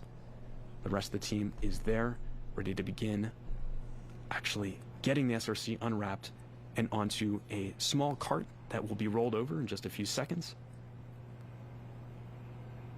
Rich just giving the team an update on the status here. They do these team huddles just to make sure everyone's on the same page with the recovery operations. It is always simultaneous action. Everything is perfectly coordinated like a ballet dance. Especially once they get in the clean room, you'll see some of those operations. They are very well choreographed. And you can see they are bagging it up just a little bit more before they do this next step of the operation of actually lifting it up onto the cart that will then be wheeled into the clean room. Everything has really been thought out in advance, down to the actual material of the gloves the team members are to use in actually handling this sample return capsule.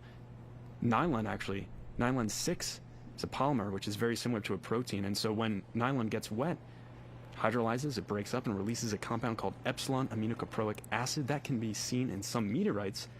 So in order to distinguish between the chemistry that we see on Bennu and the chemistry that we see on nylon degradation, we need to make sure that these sorts of classes of compounds are kept away from the sample.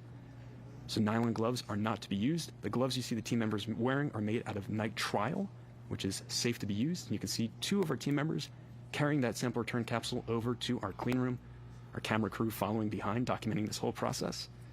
And you can see that cart in the background there. This is to help the team wheel the SRC into the clean room. That big metal door there will be open for just a few moments, and the team will wait just for the dust to settle. It'll kick up a little bit of dust. So they want to wait for that to settle and be visually clean, is the way the team describes it, before they continue to wheel that SRC in further, removing the tarp covering that thermal blanketing protective layer of the SRC. And you can see on the other side of the door, the team members for the clean room team are waiting to acquire that SRC within.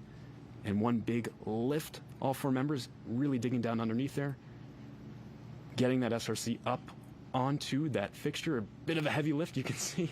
And we have it successfully on there. There's some padding protecting that SRC as it rests lightly. You can see the white padding underneath the SRC. In just a few moments, teams will await clearance to open those gates, open that door, and get the SRC inside the clean room, getting it on that nitrogen purge. Just a few moments later, a knock on the door, and there it is. The clean room door is opening up. Our Johnson team on the other side waiting for their precious cargo to arrive, and it is wheeled into the door. We have the SRC inside, just sitting outside the clean room. You can see at the left of your screen with the NASA meatball and the OSIRIS-REx insignia. That is our portable clean room that has been set up here at Dugway for the sole purpose of this part of the operation. This last step of the process of getting the SRC opened up, accessing the sample canister within, getting it on a nitrogen purge, and then actually tomorrow morning we'll have a C-17 cargo plane flying this precious cargo down to the Johnson Space Center. At the Johnson Space Center, they've actually built a custom clean room for the OSIRIS-REx Bennu samples. As I mentioned earlier, they're going to be joining a historic collection that also includes samples from the Apollo program that were collected at the surface of the moon, as well as samples from Stardust and Genesis, both of which actually landed here in the Utah Test and Training Range a number of years ago, and also some Antarctic meteorites. We will not actually be opening up the sample canister today, so that we'll actually have to wait just a few days, so the team will have to be patient still as they wait for the official opening of the sample canister. But what you're seeing now, a bunch of team members will lift up the SRC for our curation team to reach underneath, scrape off any kind of dirt, and place it back on to our carrying fixture here. All of these samples will then be looked at as well. Any kind of environmental samples that potentially came in contact with our SRC are of interest to the Johnson team, so all of that will be documented for later as the team continues to shed the thermal blanketing layers that were protecting our SRC on its journey. On the long line, you can see a couple team members looking through the windows of the clean room, waiting for their part of the process to kick off as they get the SRC wheeled in. We get a nice close-up view of the SRC here. You can really see how charred it is from that entry into Earth's atmosphere. That is the back shield that you're seeing of the SRC, and the top part there has been sealed off. That is actually where the parachute was deployed from. See, there's that yellowish orange seal that was placed on top there where the parachute disconnected from the SRC. A brief team huddle here as they walk through the next step of the operation, making sure everyone is on the same page here as they will lift up the SRC ever so slightly, and the team has these brush tools. You can see one of our curators carrying one in her right hand there. They'll lift up the SRC, and she's going to scrape off any dirt from the Utah desert that was on the bottom. That will actually then be certainly of interest to the curation team as they begin to analyze the sample we got back. You can see they're giving it a little brush. Very charred surface of that SRC. That metallic portion below is the heat shield, which protected our sample on its journey through Earth's atmosphere to the Utah Test and Training Range. And you'll see a lift of that SRC for team members to access underneath, checking for any dirt. It doesn't look like we really had any develop. And this is actually great because what happened was, since the soil was so damp today, we had a little bit of moisture. It was actually a much softer landing, so not as much dust really caked on that SRC. It landed perfectly on the surface of the Utah desert. They're going to place this back down again. Seems like their operations are going perfectly according to plan here. They'll do another lift on the other side just so they can access where the team members were previously holding. And then if all looks good, they will clear this to be wheeled into the clean room. And really just backing up and thinking about this entire journey from where we started this morning. Right before, maybe about 4 hours before we kicked off our broadcast, the team at Lockheed Martin gave the go to release the SRC that you see right here from the main OSIRIS-REx spacecraft. It detached from that spacecraft on its 4-hour solo journey. There's nothing we could do at that point as it entered into Earth's atmosphere, began the punishing entry, descent, and landing, which took us to the Utah Test and Training Range. Out in the field, teams worked to recover this sample, and they actually continued to take samples, environmental and air samples of the region around where we landed. We successfully bagged this sample return capsule in thermal blanketing that you see right there beneath the SRC, that plastic-looking material. We transported it successfully with our long line operations. Big thanks to our helicopter crew today for helping us get this sample return capsule to the clean room. A couple more lifts here you see, and they're going to remove that last layer of thermal blanketing, placing the SRC on its own without any layering onto our carrying fixture. You can see just how charred up those gloves look. A lot of that char from the heat shield getting off on their gloves. You can just see how dark it is. Really heating up. Initially, when we hit the Earth's atmosphere, we were at over 5,000 degrees Fahrenheit. That's about half as hot as the surface of the sun. Quite warm. It's cooled off substantially, so obviously, as it's been transported throughout the day here, and is now just moments away from getting transported into our NASA clean room that you can see on the right of your screen. Team members are all gowned up, and inside that clean room there is a fixture dead center that this SRC will be placed on that will allow the team to be able to gather around and begin to open up this nesting doll protective layer, the SRC, to access our precious cargo, that sample canister within. Again, they want to make sure that everything is clear before they wheel this in. Everyone's ready to go. Everything looks good before they wheel that sample return capsule into our clean room.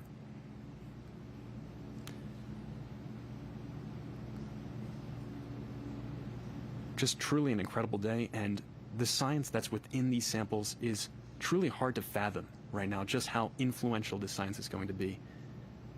Keep in mind, these samples are from the origins of the solar system, billions of years ago. They hold the clues to how everything around us came to be. And in just a few short weeks, scientists will begin to analyze these samples and stow away even more sample for generations to come. Future scientists will be able to open these samples and continue the journey of OSIRIS-REx. As we speak, this incredible mission still has not come to an end. Our spacecraft, our intrepid robotic explorer OSIRIS-REx, is now dubbed OSIRIS-APEX, heading to the asteroid Apophis in the year 2029. Obviously, we do not have that sample return capsule or the sample tag SAM, which actually helped us collect that air filter looking thing that helped us collect the samples at the surface of Bennu. That is no longer attached because it's sitting right here in our clean room.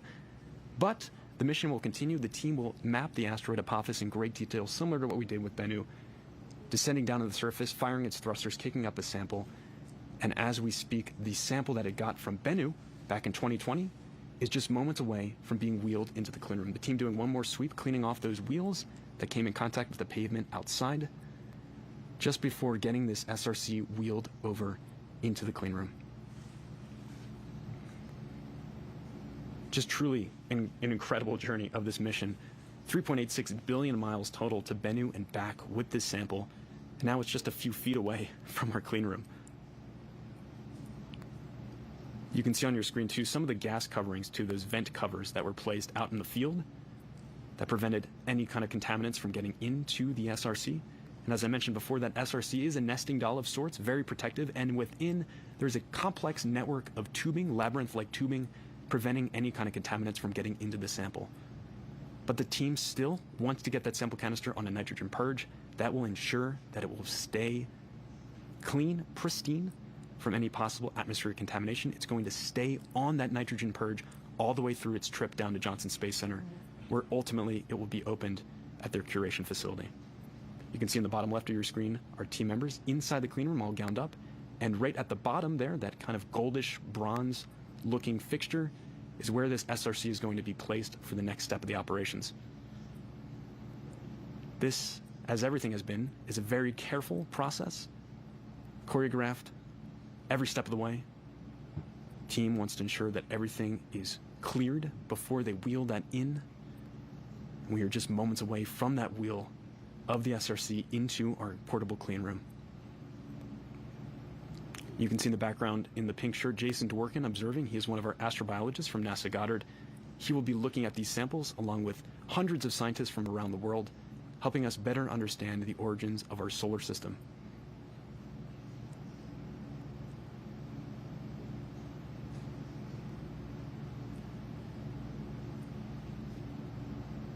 The anticipation builds for this final moment.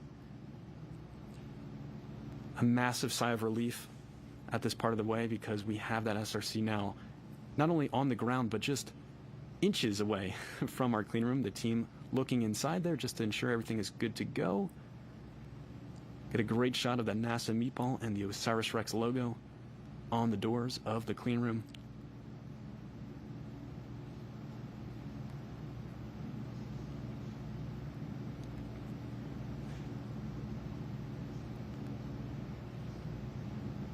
The operations at Johnson Space Center, once this sample canister is transported there, will be truly a sight to behold as well. In just a few days, we're actually going to get our first science results from the sample within. And as I mentioned, they built a custom clean room at the Johnson Space Center for this very purpose.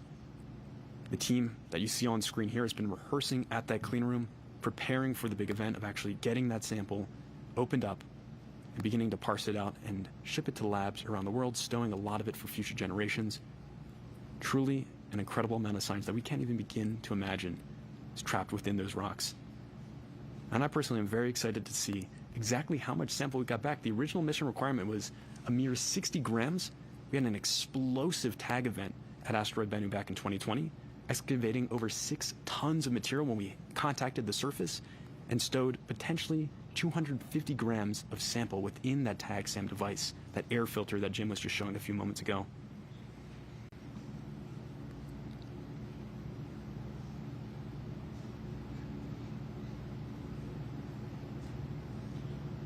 There are also no radio frequency signals allowed inside the building that you see here too. The building is on ordnance protocol. They want to make sure that everyone is safe here, that there could still be active ordinances from the parachute deployment with the OSIRIS-REx spacecraft. We had a mortar fire to release that parachute, that orange parachute that took us the last stage of our journey to the surface of the Utah Test and Training Range. Crew members pacing around inside that clean room, waiting to get that SRC inside.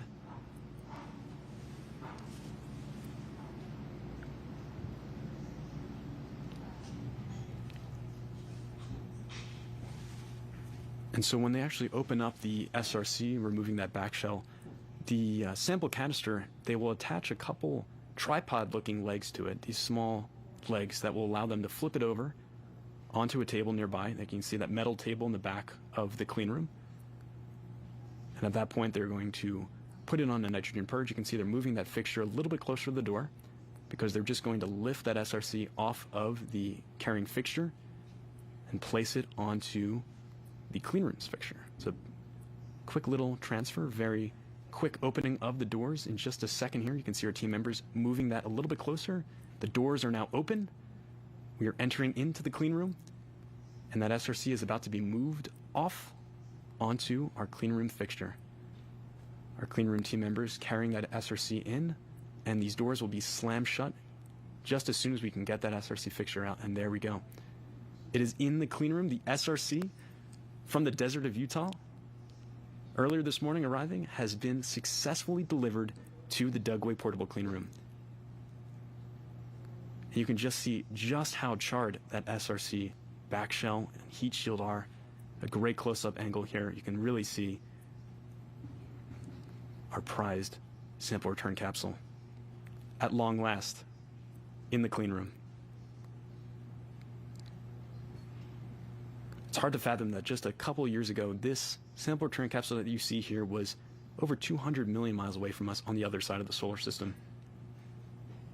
The OSIRIS-REx spacecraft worked to quickly stow the sample it got from the asteroid Bennu at sample site Nightingale into this sample return capsule. We slammed that lid shut and prepared it for the long journey back. It took 1.2 billion miles to get from the asteroid Bennu after sample collection to Earth's atmosphere.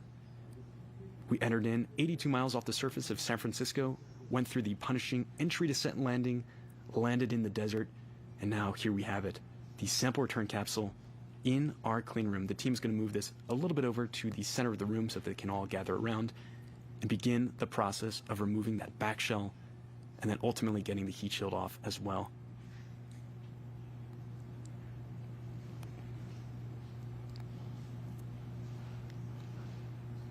So what's going to come up next here is that back shell that you see there.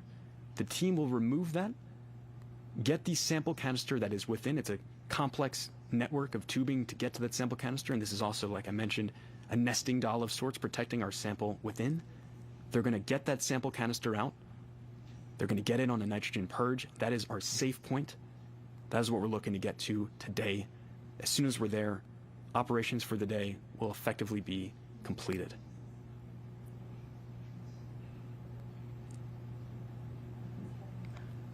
Tomorrow, the SRC, the sample canister rather, will be flown on our C-17 cargo plane down to the Johnson Space Center, where in just a few days, it will actually be opened up for scientists to be able to see the sample within. It's been incredible covering the moments of today, the journey of our SRC from Bennu to the desert of Utah to our clean room. And for now, back to you, Lauren and Jim. James, your coverage has been impeccable. We could not have done it without you. Go, James. So to be clear, the newly redesigned Apex mission will not be touching down on its destination asteroid Apophis. The big reason for that, of course, is that the vehicle's single-use sample collection device just arrived here on Earth, containing samples of asteroid Bennu. After more than hundreds of millions of miles in space, that sample will now travel a few hundred more miles to a specially prepared home where experts intend not only to study it, but also preserve it for future generations. That facility is the purview of our next guest. Eileen Stansberry is the chief of the Astromaterials Research and Exploration Division at the Johnson Space Center. Welcome, Eileen. Welcome, Eileen. Welcome. Thank you. How about that? Did you check out that all of that cool movement between the clean room and everyone preparing it? Absolutely. It's so exciting. Anytime you get samples back, and being here today to receive the Bennu samples is a highlight. The team has been extraordinary. The work that all the variety of participants, team members, teammates that work on this mission have been extraordinary. From the flight teams, the mission development teams, operations, science, curation, all working together to bring these samples home to us. And it may seem as if it takes a lot of time getting into the clean room and processing in the clean room, but a lot of that is because of preserving the contamination, the scientific integrity, minimizing the contamination on the samples. Clean room protocol is always slow and methodical to allow any dust or particles that gets generated or any of the debris from the back shell to settle before you do the next step. So all of these steps are very carefully choreographed to ensure the scientific integrity and maintain the pristine nature of these samples. And you'll be doing, Eileen, when you receive these in your laboratories at Houston at Johnson Space Center, you'll be doing the next phase of that very special curation. Can you tell us a little about that? Yes, we have a special facility that was designed in particular for these samples to have all of the appropriate materials restrictions to make sure that these particular samples stay pristine for generations to come. As stewards of the scientific value of samples, we manage samples for future generations in addition to the current science that is available on these samples.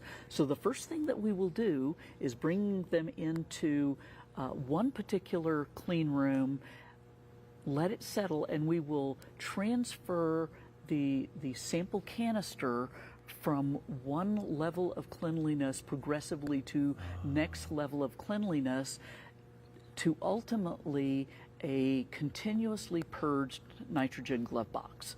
So what they're doing here in the clean room in Utah is to remove the contaminating potential of the heat shield and back shell that were charred during reentry, and get the sample canister on purge to have nitrogen continuously flowing through that canister to ensure that there's no earth contaminations that will leak in, even though the likelihood of that is vanishingly small, making sure that there's a continuous nitrogen purge.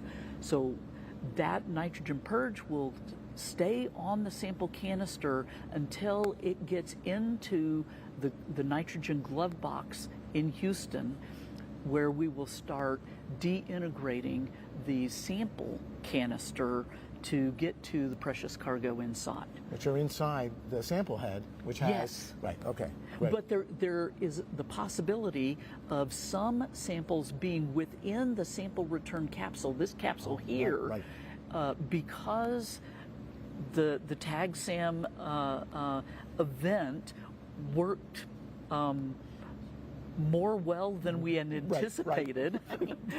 There could be some sample of Bennu within the sample capsule. Wow. And so we will make sure that that sample also gets identified and safed to maintain its integrity here, so that it also retains its value. Wow. Amazing. What an opportunity. We may have more goodies than we thought. Yeah, we thought. Jeez, Eileen. Well, Good Eileen, job. thank you so much for joining us today. We've loved having you. Right, really, Eileen, congratulations. Way to go. Thank you, and we're so excited. Your whole professional life has been planning for a future event, and then suddenly that day arrives, like today, which is probably a perfect segue to be bringing up something that may come as an unexpected surprise to mission fans. Today may be the conclusion of flight operations for OSIRIS-REx, but the mission is not exactly finished.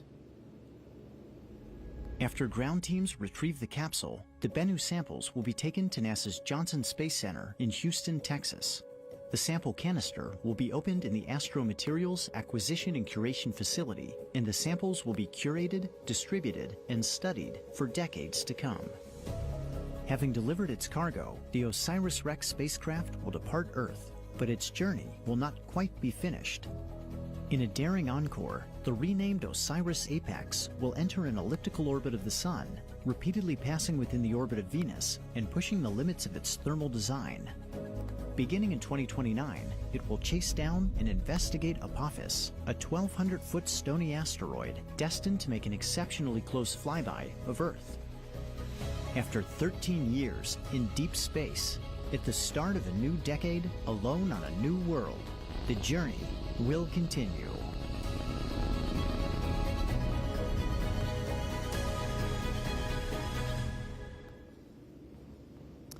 Jim, OSIRIS-REx collected its samples and is bringing them back to Earth for analysis, like we've all watched today. But how else is NASA planning to analyze its other samples? So, as you heard from Eileen, OSIRIS-REx in Houston will start the sample preparation around hundreds of labs later. It's going to be fantastic. We also sometimes bring our laboratories to the samples themselves. Curiosity rover, she's carrying a huge payload, not unlike those we'll use in laboratories here. Sometimes we go to new places to actually bring the labs to study samples that we can't bring home. That's our new wrinkle. And on that note, when I consider how many places there are to visit, I'm aware that a guy like you is probably weighing all of the choices, about where to go. So speaking of which, you are the principal investigator for a new mission called Da Vinci, which for those at home, principal investigator is basically the big guy in charge. So what is this mission about? So Da Vinci is a mission to Venus. You can see it in the morning sky, and we haven't been back to the Venus atmosphere and all the complexity and how that formed and evolved literally in a generation. So together with a very big team, it's not just the PI. I mean, Dante is the gold standard PI for all of us. But with our team, we're going to bring a spacecraft with the kind of instrumentation we'll be using on the samples from Bennu and from Mars to the samples in the atmosphere that will tell us about the assembly of that atmosphere, whether Venus had oceans for how long, and come under the clouds and see the mountainous regions and their chemistry for the first time in history. And so we're excited to pick up on the great news from this mission, OSIRIS-REx at Bennu, and some Mars exploration, and take that forward to Venus so we'll get the next generation interested in our sister planet. So everybody stay tuned for that one. So Jim, you've also been the PI of several previous missions. Put yourself in Dante's shoes. How would you feel today? Dante must be both overwhelmed and overjoyed. Yeah. He's probably, as my wife says occasionally about me, beyond words. And he's been waiting literally his professional lifetime for this. It's here, it's happening, the science is going to flow, they can't miss. Honestly, I am sure Dante and his team are just sitting on pins and needles waiting for the transfer to Houston, all that stuff Eileen said, so we can get to work. This will be epic. And Jim, not only are you the PI of Da Vinci, but you actually had a hand in OSIRIS-REx as well. Well, way back in the dark mists of 15 years ago, we were all wondering how we can sample things as hard as asteroids like Bennu. And people like Dante and others had generated the idea we were all talking, because we wanted to think, how do we sample the solar system? Cruise to the moon, great. You know, giant sample return systems to Mars, fabulous. But these small bodies are also important, and they've been a priority for our National Academy. Cometary nuclei, asteroids like, of course, carbon-bearing ones like Bennu. So when those folks got together, we were all in conversation, and they proposed mission ideas, and some of us were able to participate in very small ways to help them get these missions going. It's just a thrill to see them succeed so well. Especially after 15 years. As you can see, Jim is a wealth of knowledge. So on that note, we're getting questions from around the world about this thrilling mission. Let's take our final questions of the day. All right, at Oatmeal, today is my birthday. Can I have some of the asteroid sample? It would mean a lot. Well, you know, you heard there's other birthdays today, too, including the Colonel. I think Oatmeal saw that it was also Colonel Harwell's birthday. But as Danny Glavin and Jason said, you know, the samples from Bennu are for scientific research, education, inspiration. They'll be used, you know, for future generations even, as Eileen said and Jason said. So, unfortunately, we can't give you Bennu.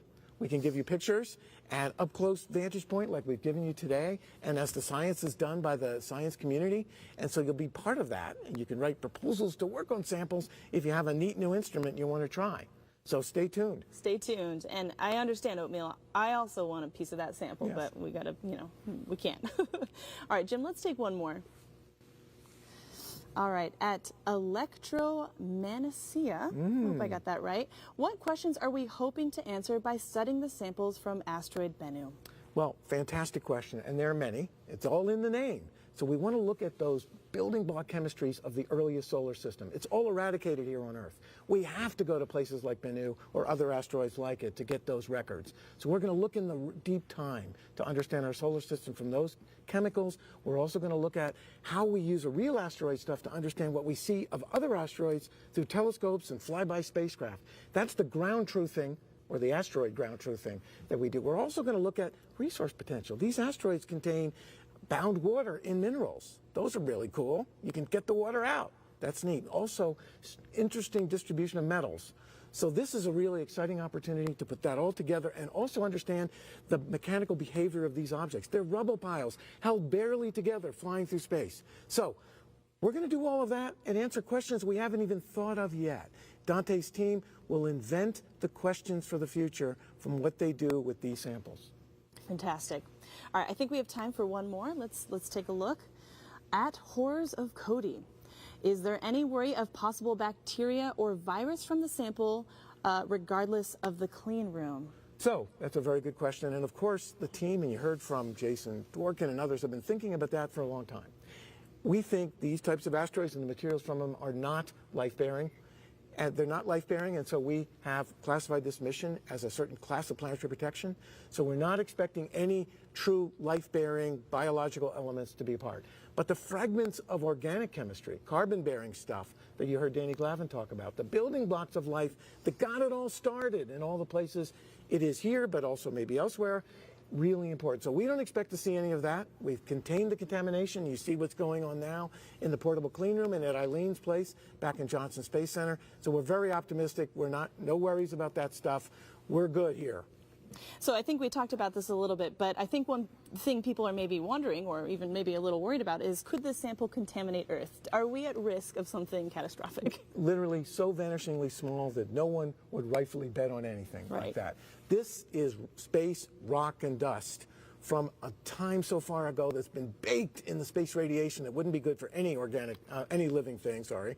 We're all organic. And so it's been sterilized by being in space, in effect. And we do the same thing when we go and sterilize stuff that we'll bring back from planets like Mars. So. How long is this next process going to take? You know, we're in the clean room now, we're going to go to Texas. How long is this all going to take before we start getting some results? So in the next few weeks, in the next couple of weeks, by October 11th, we expect the team in Houston, Eileen's team, and together with Dante's team, will have done that first proper containment and understanding all the possible sources of contamination, so they can document those for the future and also make sure they're through all those gates that Eileen was mentioning, so the samples are protected from anything from Earth, so they won't be contaminated. Then they'll do some first characterization with all these great machines they have in Houston, and we'll start talking about what they get by the end of October, going into the Christmas time. And by the end of January, I've been told the science team meeting, the sample leaders will start reporting to all of us what's going on. Wow, that is soon. And you heard that Unboxing Day is October 11th. Did I hear that That's right. Okay. It will be a Christmas party for samples. Okay, that's right. So, Jim, I'm struck by how these last few minutes compared to the last few years. You know, here we just saw human hands wheeling precious scientific, cargo at walking speed, when just a few hours ago it was barreling through Earth's atmosphere. Exactly. We went from cosmic velocity to velocity smaller than an ant would use to crawl across the table to pick up a crumb. And so that's the speed of science. To get it, the engineering flies, cosmic velocity, sampling, all that great dynamics, and finally now the careful, methodical, snail's pace to get it done right so we preserve it. I mean, this is like geoarchaeology of samples from a place that's not Earth. Very special. Yeah, absolutely. The sample return capsule isn't done traveling, of course. Once it gets stabilized on what's called a nitrogen purge to ensure everything remains dry and uncontaminated by intrusive gases, the entire apparatus will be loaded aboard a C-17 cargo plane for a flight on its way home to Johnson Space Center. Once it arrives, scientists are ready to start working on vital research on this extraordinary sample of the asteroid Bennu. But that airplane ride and the research plans waiting for it on the other side starts tomorrow. For now, the OSIRIS-REx sample return capsule has completed its solo journey of nearly 4 billion miles, landing in the Utah desert, and is now in the expert care of our on-site sample curation team. But we're not out of the woods yet. We did mention this nitrogen purge. That's right. So we have to carefully contain this so we can do that work and literally, really transform knowledge for all time. This is the thing that we dream of, and Dante and his team, 10 years ago, were thinking of that. Transformational knowledge that will change how we think of ourselves. And we couldn't let you go before we share something fun. So we just delivered a sample of the asteroid Bennu back to Earth, but the UPS can also deliver fun stamps of the actual asteroid Bennu sample return. Let me turn that over so you can see it on this side. How fun is that? So we have brought an asteroid first-class delivery from OSIRIS-REx to Earth, and our postal service here in the United States is issuing stamps to build on that inspiration so they can deliver our packages for us. How exciting. I know, everybody needs to get some of these. These are really cute. Yeah, I want one. I would like one too. As we're wrapping coverage here at the Utah Test and Training Range, let me remind you that this is not the end of the story.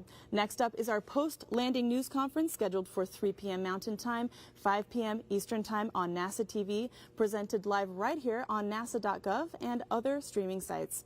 You can also find mission updates on X at NASA and on the web at nasa.gov. That's all the time we have for today. Jim, it has been a pleasure sharing the stage with you. We did it. Way to go. Thank you, Lauren, for having me. And a huge thank you to all of our guests for joining us today, and a warm thanks to all of you out there for watching us. Here are some highlights from today's exciting landing. Special coverage of America's first asteroid sample return mission, OSIRIS-REx, as it arrives back to Earth after more than 7 years traveling in deep space. We see. PDL milestone. We have confirmed parachute deployment. Wow. And after an exhilarating streak across Earth's atmosphere. We have parachute deployment. You can see just a sigh of relief from the team. I can hear some applause here. Disconnecting from the back shell, we'll then actually unwrap all of that thermal blanketing once we actually get it into the clean room here. Recovery operations, SRC is in the cargo net, and all the gear has been stowed in the helicopter.